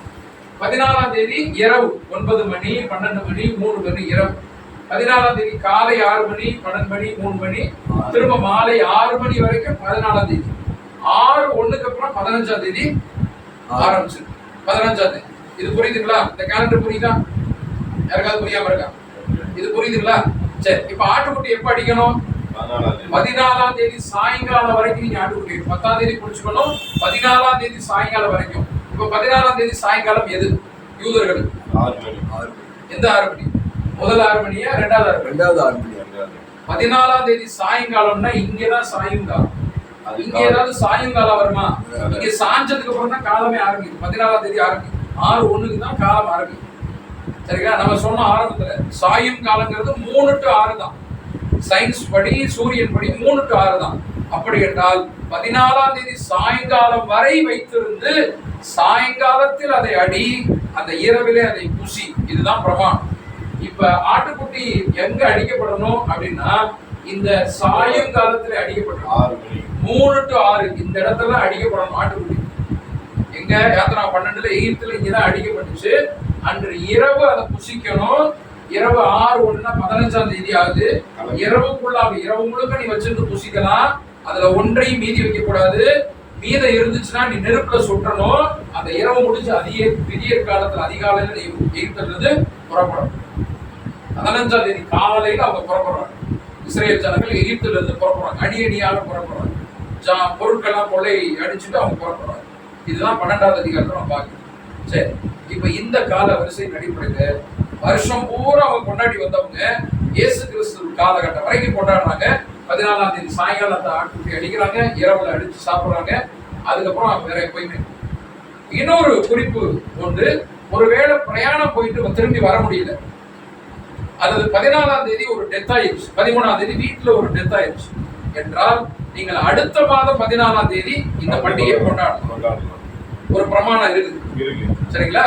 இந்த நாள்ல உங்களால கொண்டாட முடியல, ஒண்ணு டிராவல் போயிட்டான் அப்படின்னா அவங்களுக்கு ஒரு எக்ஸ்கியூஸ். அவங்க ஃபேமிலியில ஒருத்தர் போயிட்டாரு, திரும்ப முடியல. 14ஆம் தேதி சாயந்தரத்துக்குள்ள திரும்ப முடியல. ஒன்று கவலையில அடுத்த மாசம் 14ஆம் தேதி தான் நீங்க அடிக்கணும் சாயந்தரத்துல சாப்பிடும். அல்லது ரெண்டாவது உங்க வீட்டுல டெத் ஆயிடுச்சுன்னு சொல்லுங்க, ஆட்டுக்குட்டி அடிக்க முடியல அப்படின்னா கவலைப்படாதீங்க. அடுத்த மாதம் 2வது மாதம் 14ஆம் தேதி சாயங்காலம் நீங்க சாப்பிடணும். ஓகேங்களா? இது பழைய ஏற்பாடு. இப்ப புதிய ஏற்பாட்டுல இயேசு கிறிஸ்து எத்தனாம் தேதி அவர் ராப்போஜனத்தை ஏற்படுத்துறாரு? பண்டிகை எப்ப? 14ஆம் தேதி. இந்த 14ஆம் தேதி சாயங்காலத்துல ஆட்டுக்குட்டி அடிக்கப்பட வேண்டும் என்றால் ஆட்டுக்குட்டி யாரு? இப்ப நமக்கு இயேசு கிறிஸ்து. இப்ப எத்தனை மணிக்கு அவர் அடிக்கப்பட்டிருக்கணும்? மாலை 3 மணிக்கு தான் அவர் அடிக்கப்பட்டார். அடிக்கப்பட்டாரா? மதியம் 3 மணி அளவு. காலையில சிலுவை தூக்கிட்டு வந்தாரு. இரவுல அரெஸ்ட் பண்றாங்க. விடியற் காலையில விசாரணை எல்லாம் நடக்குது. பிலாத்து, ஏரோது, அண்ணா, கைபா அரண்மனைக்கெல்லாம் கொண்டு வந்து விசாரணை நடக்குது. அவங்க அடிக்கப்படுறாங்க. அந்த இரவுல இருந்து அவர் பாத்தீங்கன்னு சொன்னா இந்த காலையில கொண்டு வந்து சிலுவையை சுமந்து வந்து இரவுல அரெஸ்ட் பண்றாங்க. 9-12 மணிக்கு நடு இரவுல அரெஸ்ட் பண்ணிட்டு விசாரணை இருக்குது. 3 மணிக்கு அவர் இயேசு கிறிஸ்து அடிக்கப்படுகிறார். அடிக்கப்பட்டு அவர் வந்து அவரை சிலுவையில மரிக்கிறாரு. அன்று இரவு 6 மணிக்குள்ள அரசு பண்ண ஆண்டவர் அடிக்கப்பட்டவரை அவர் சரீரத்தை இறக்கி அடக்கம் பண்ணிடுறாங்க. ஏன்னா அடுத்த நாள் நைட் பாத்தீங்கன்னா நீங்க பஸ்கா சாப்பிடணும். பஸ்கா என்கிற பெரிய ஓய்வு நாள் வந்ததுனால அவங்களுக்கு பாடி வந்து சிலுவையில் இருக்கக்கூடாதுங்கிறதுக்காக இறக்கி அவசரமா இறக்கி அடக்கம் பண்ணிடுறாங்க. அது ஓய்வு நாள். ஏன்னா 15ஆம் தேதி அவங்க பஸ்கா ஆசரி எகிப்துல இருந்து புறப்பட்ட நாள். அதனால அவங்க எங்கேயும் வெளியில போக கூடாது, பண்ணக்கூடாதுங்கிறதுக்காக அவங்க ஆசரிக்கிறாங்க. இப்ப இயேசு கிறிஸ்து எங்க மரித்தார்? எந்த நேரத்துல மரித்தார்? எந்த நாள்ல மரித்தார்?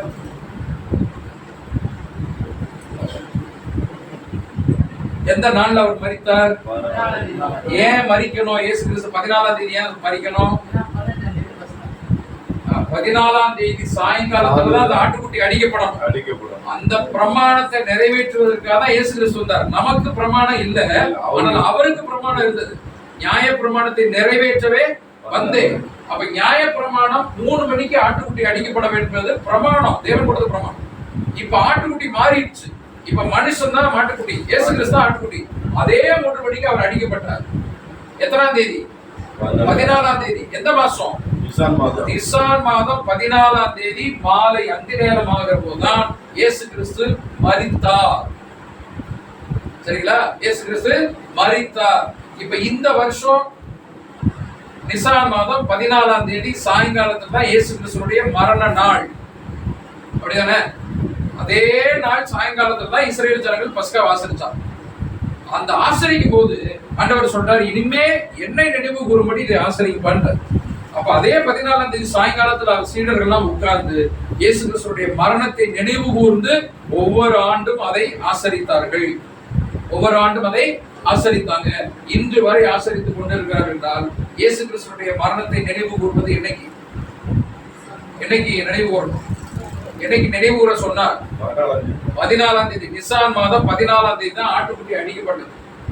இப்ப நாம ஒரு நாளை கொண்டாடிட்டு இருக்கோம், இயேசு கிறிஸ்து மரித்த நாள்னு. அந்த நாளுக்கு பேர் என்ன? Good Friday. இப்ப குட் ஃப்ரைடேயும் நிசான் மாதம் 14ஆம் தேதியும் கரெக்டா வருதா? வரல. உங்களுக்கு தான் வருது.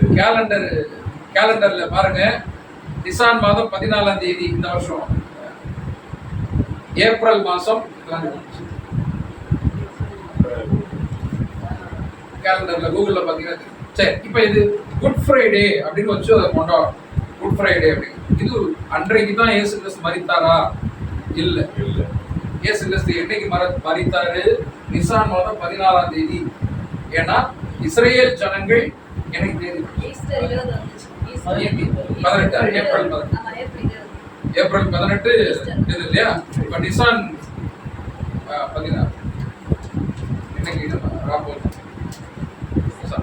ஏப்ரல் 18. சரி, எப்படி இதை கால்குலேட் பண்றாங்க தெரியுமா? குட் ஃப்ரைடே மார்ச் மாதம் 21ஆம் தேதி சம பகல் சம இரவு நாள். மார்ச் 21 ஒவ்வொரு வருஷமும் கரெக்டா 12 மணி நேரம் பகல், 12 மணி நேரம் இரவு இருக்கும். சூரியன் பூமிக்கு அருகிலே கரெக்டா வரும். 12 மணி நேரம் பகல், 12 மணி நேரம் இரவு. இது மறைக்குது கொஞ்சம். 12 மணி நேரம் பகல், 12 மணி நேரம் இரவு அப்படின்னு இருக்கும். மார்ச் மாசம் 21ஆம் தேதி எல்லா வருஷமும் சூரியன் பூமியை சுத்தி வருது இல்லையா? அது கரெக்டா வரும். சம இரவு சம பகல்னு சொல்லுவாங்க, ஈக்வினாக்ஸ் ஆங்கிலத்தில் சொல்லுவாங்க. இப்ப இந்த நாளை அடிப்படையா வச்சுட்டு அதற்கு பின்னால் மார்ச் 21 இருந்து அதற்கு பின்னால் வரக்கூடிய பௌர்ணமியை கணக்கு பண்ணிக்கலாம். அந்த பௌர்ணமிக்கு பின்னால் வரக்கூடிய சண்டே தான் ஈஸ்டர் சண்டே. இப்ப கேலண்டரை பாருங்க சார், நீங்களே பார்த்து சொல்லுங்க. ஈஸ்டர் எப்போ வந்துச்சு? ஏப்ரல் 20 வந்துச்சா? அதுக்கு முன்னாடி பௌர்ணமி போட்டிருக்காங்களா? பௌர்ணமி மார்ச் மாசம் 21ஆம் தேதி அப்படி வச்சு. மார்ச் 21 சம இரவு சம பகல். அதற்கு அடுத்ததாக வந்த பௌர்ணமி ஏப்ரல் 5. 21க்கு அப்புறம் நீங்க பாத்தீங்கன்னா பௌர்ணமி ஏப்ரல் 5 வந்து. ஏப்ரல் 5க்கு அப்புறம் வந்த சண்டே ஏப்ரல், அதுதான் ஈஸ்டரா? சனிக்கிழமை 5ஆம் தேதி வருது. அதுக்கு அடுத்து 6ஆம் தேதி ஈஸ்டர். ஈஸ்டர் எப்போ? 20. பௌர்ணமி பாருங்க, பௌர்ணமி அவ்வளவு. பௌர்ணமி 5ஆம் தேதி வருது. 5ஆம் தேதி. அது சனிக்கிழமை. பௌர்ணமிக்கு அடுத்ததாக வரக்கூடிய சண்டேவை ஈஸ்டர்னு கனெக்ட் பண்ணிக்கோங்க. நீங்க கூகுள்ல நீங்க பாருங்க. இப்ப 2023 இல்ல அடுத்த வருஷம் 2026ல எப்ப ஈஸ்டர்ன்றதை இப்பவே கண்டுபிடிக்கணும். மார்ச் 21 ஞாபகம் வச்சுக்கணும். மார்ச் 21க்கு அப்புறம் வரக்கூடிய பௌர்ணமி, சரிங்களா? பௌர்ணமி. அந்த பௌர்ணமிக்கு அடுத்து வரக்கூடிய சண்டே தான் ஈஸ்டர். அப்ப அந்த சண்டே, அந்த ஈஸ்டர் சண்டேல வெள்ளிக்கிழமை தான் குட் ஃப்ரைடே. அப்ப அந்த குட் ஃப்ரைடேல இருந்து 40 நாள் தான் தபஸ்கா, லெந்துகா. இப்படிதான் திருச்சபையில ரோம கத்தோலிக்க திருச்சபை போட்ட ஒரு பிளான் தான் இன்னைக்கு எல்லாரும் ஃபாலோ பண்ணிக்கணும். கத்தோலிக்க திருச்சபை போட்ட ஒரு பிளான் தவக்காலம் அப்படிங்கறத சிஎஸ்ஐ எதிர்த்து வந்த சிஎஸ்ஐயும் ஃபாலோ பண்றாங்க. எதிர்த்து வந்த பெந்தகோஸ்தே சபைகளும் அதை தான் அப்படியே ஃபாலோ பண்ணிட்டு வராங்க. தவக்காலம், இந்த தவக்கால ஒழுங்குமுறைங்கிறது 40 நாள்ங்கிற கணக்கு இப்படிதான் கால்குலேட் பண்றாங்க. நீங்க வீட்டுல போய் புத்தகங்கள் அல்லது கூகுள் எடுத்து நீங்க பாருங்க. இன்னும் 10 வருஷம் கழிச்சோ இன்னும் 50 வருஷம் கழிச்சோ ஈஸ்டர் எப்ப வருங்கிறத இப்பவே சொல்லிடலாம். சரிங்களா? இப்பவே சொல்லிடலாம். மார்ச் 21, அதற்கு அடுத்ததாக வரக்கூடிய பௌர்ணமி, அந்த பௌர்ணமிக்கு அடுத்து வரக்கூடிய சண்டே தான் ஈஸ்டர் சண்டே. இப்படி யாரோ ஒரு போப் போட்ட கணக்கை தான் இன்னைக்கு உலகம் முழுவதும் குட் ஃப்ரைடே என்று சொல்லி நம்ம ஃபாலோ பண்ணிட்டு வரோம். அந்த குட் ஃப்ரைடேவுக்கும் நிசான் 14 இயேசு கிறிஸ்து வந்ததுக்கும் சம்பந்தமே இல்லை. என்னை நினைவு கூறும்படி செய்யுங்கள் சொல்லிட்டு பரிதாபமாக ஒரு மனிதன் கல்வாரியில மரித்து போனாரே, அவரை அந்த நினைவை நினைவு கூர்ந்து நாம் கடைபிடித்து அதே நாளிலே அதே மாலை வேளையிலே கடைபிடித்தால் அதற்கு பேர் ராப்போஜனம். ஆனால் காலையில நம்ம ராப்போஜனம் என்று சொல்லி திருவிருந்து நம்ம சபையில கொடுத்துருக்கோம். உங்க சபையில எப்படின்னு தெரியாத, நான் பொதுவா சொல்றேன். மாலையில ராப்போஜனம் என்று சொல்லி அதுக்கு என்ன, இன்னைக்கு ராப்போஜனம் இருக்குது முதல் வாரம் என்று சொல்லி மதியம் 12 மணிக்கு திருவிருந்து கொடுக்குறாங்க. அதுக்கு பேர் என்னன்னா ராப்போஜனம். ராப்போஜனம் என்றால் இரவில் ஆசரிக்கக்கூடிய போஜனம். இரவில் சாப்பிடக்கூடிய சாப்பாடு பேர் தான் இரவு போஜனம். ஆனா நம்ம பகல் 12 மணிக்கோ 1 மணிக்கோ அதிகாலை 6 மணிக்கோ நம்ம திருவிருந்து என்று ராப்போஜனம் ஏற்படுத்துகிறோம். ராப்போஜனம் இயேசு கிறிஸ்து ஏற்படுத்தினார். ஏனென்றால் அது இரவில் அவங்க சாப்பிட்டாங்க. அது சாப்பிட்ட உடனே கெத்செமனே தோட்டத்துக்கு போறாரு. நைட்டு 12 மணிக்கு அவர் அரெஸ்ட் பண்றாங்க. இரவில் சாப்பிட்டதுனால அதற்கு பேர் ராப்போஜனம். இரவில் அந்த புதிய உடன்படிக்கையை ரசமும் அப்பமும் வைத்து ஒரு புதிய உடன்படிக்கை ஏற்படுத்தி என்னை நினைவு கூறும்படி செய்யுங்கள் என்று ராப்போஜனத்தை ஏற்படுத்தினார்.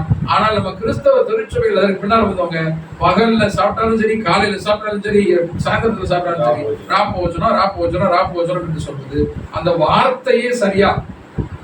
ராப்போஜனம் என்றால் இரவில் தானே சாப்பிட வேண்டும் என்கிற ஒரு சாதாரண அந்த தமிழ் வார்த்தையினுடைய அர்த்தம் தெரிந்தாலே அதை யாரும் கடைபிடிக்க மாட்டாங்க, எதிர்த்து கேள்வி கேட்பாங்க.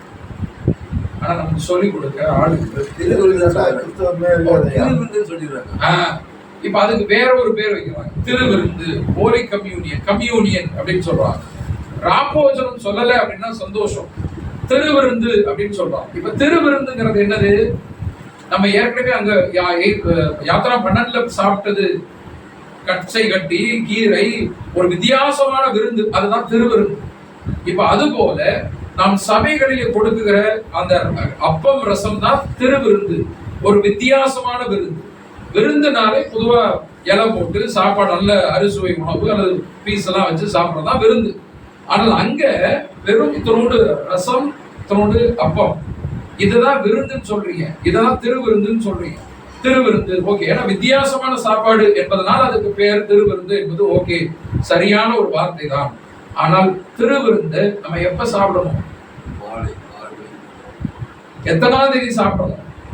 எப்ப சாப்பிடணும்னு இயேசு கிறிஸ்து சொன்னார். என்னை நினைவு கூறும்படி இந்த 14ஆம் தேதி சாயங்காலம் நீங்க வருஷம் சாப்பிடுறீங்க.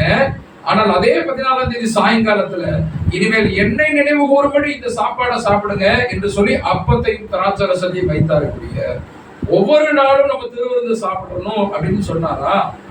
பைபிள்ல எங்கேயாவது சொல்லப்பட்டிருக்கா?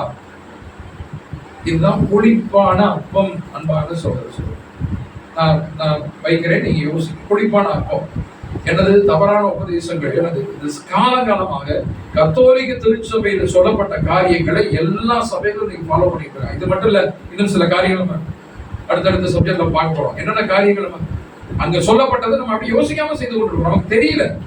இதுதான் பாருங்க, ராப்போஜனம்ங்கிற வார்த்தையை நீங்க யோசிச்சிருக்கீங்களாங்கிறத இப்ப உங்களுடைய முகத்தை பார்த்து நான் கண்டுபிடிக்கிறேன். சரிங்களா? அந்த வார்த்தை அதை யோசிக்கலாமா? ராப்போஜனம் தான் ராத்திரியில சாப்பிடக்கூடிய சாப்பாடு தானே அப்படின்னு சொல்லி ராப்போஜனம் இன்னைக்கு இருக்குது. எப்ப? காலையில 9 மணிக்கு 12 மணிக்கு ஞாயிற்றுக்கிழமை சர்வீஸ் முடிஞ்சோம். அது தவறான ஒரு வார்த்தை. இப்ப இயேசு கிறிஸ்துவனுடைய மரணத்தை நினைவு கூறணும்னா அவர் அடிக்கப்பட்ட அந்த நாளிலே நிசான் மாதம் 14ஆம் தேதி மாலை, குட் ஃப்ரைடே என்பது உலக வழக்கம். அவங்க போட்ட கேலண்டரு, பௌர்ணமி, அமாவாசை எல்லாம் அவங்க ஒரு கேலண்டரை போட்டு நமக்கு கொடுத்துருக்காங்க. அதன்படிதான் கண்ணை மூடி நம்ம ஃபாலோ பண்ணிட்டு வரோம். ஆனால் அதுவல்ல, நிசான் மாதம் 14ஆம் தேதி மாலை வேளையிலே ஆண்டவருடைய மரணம் நேர்ந்தது. அந்த மாலை வேளையிலே பரிசுத்தவான்களாக ஆண்டவருடைய உண்மையான சீடர்களாக ஒன்று சேர்ந்து கர்த்தருடைய பஸ்காவாகிய பலியை நினைவு கூர்ந்து நன்றி செலுத்தி அந்த பந்தியிலே கலந்து கொள்வது நலமான ஒரு காரியமாக இருப்பதாக நம்ம இந்த பாடத்துல முடிவுல நம்ம பார்க்கணும். சரிங்களா? அதுதான் என்னை நினைவு கூறும்படி இதை செய்யுங்கள் என்று சொல்லியிருக்கிறார். அந்த ஒரு இடத்துலதான் ராப்போஜனம் அந்த திருவிருந்தம். ஏன் பிரதர் சொல்றீங்க மற்ற இடங்கள் எல்லாம் அப்பம் விட்டார்களே என்றால், அப்பம் விடுதல் என்பது வேறு, ராப்போஜனம் என்பது வேறு. சீடர்கள் அப்போஸ்தலர் 2ஆம் அதிகாரம் எல்லாம் கடைசியில நீங்க பாத்தீங்கன்னா அவர்கள் ஓரிடத்திலே கூடி வந்து அப்பம் பெற்றார்கள் இருக்கும். அப்பம் விடுதல்ங்கிறது நம்ம இட்லி சாப்பிடுற மாதிரி அவங்களுக்கு எப்பயுமே பிரெட் இருக்கும், ரொட்டி இருக்கும், அப்படியே சாப்பிட்டு போவாங்க. அப்பம் விடுதல் என்பது கம் யூனியன். கம் யூனியன் என்ன அர்த்தம்? ஐக்கியம். இப்ப எல்லாரும் சேர்ந்து ஒரு சாப்பாடு, ஒரு டின்னர் நம்ம சாப்பிட்டு போங்க அப்படின்னு இப்ப ஜஸ்டின் பாஸ் நமக்கு ஒரு சாப்பாடு கொடுக்குறான்னு வச்சுக்கோங்களேன். இங்க ஆளை காணும் போயிட்டாரு. அப்ப சாப்பாடு போடுறாரு அப்படின்னா கம் யூனியன்.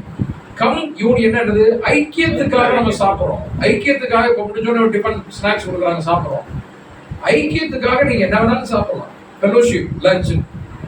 ஆனால் கர்த்தருடைய பந்தி, கர்த்தருடைய ராப்போஜனம் அப்படிங்கிறது மாலை வேளையில இரவில் எடுத்தாதான் அதுக்கு பேரு ராப்போஜனம்.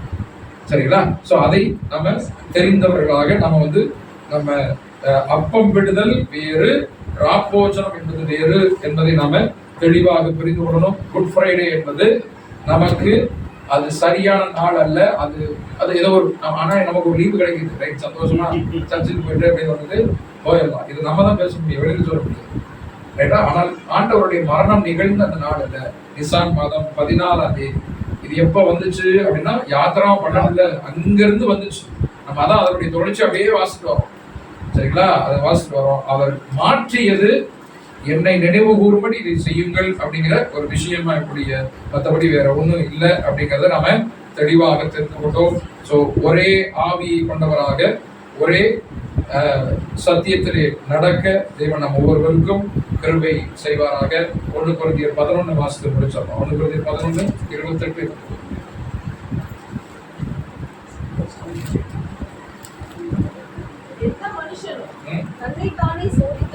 தன்னைத்தானே சோதித்தறிந்து இந்த அப்பத்தை புசித்து, தன்னைத்தானே சோதித்து அறிந்து அந்த அப்பத்தையும் பாத்திரத்தையும் புசித்து பானம் பண்ண கடவன். எண்ணத்தினாலெனில் அபாத்திரமாய் போஜனம் பண்ணு. தகுதி இல்லாமல், எந்த நாள் எந்த நேரம் அதெல்லாம் தெரியாம தகுதி இல்லாம போஜனம் பண்ண பண்ணினால்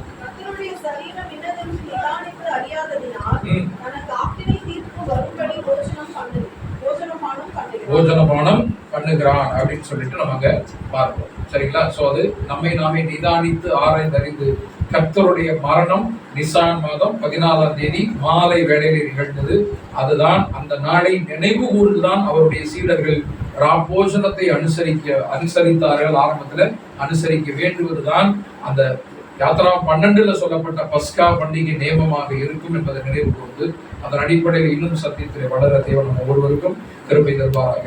பொறுமையோடு கேட்டவங்க ஒவ்வொருவரையும் தேவன் ஆசீர்வதிப்பாராக.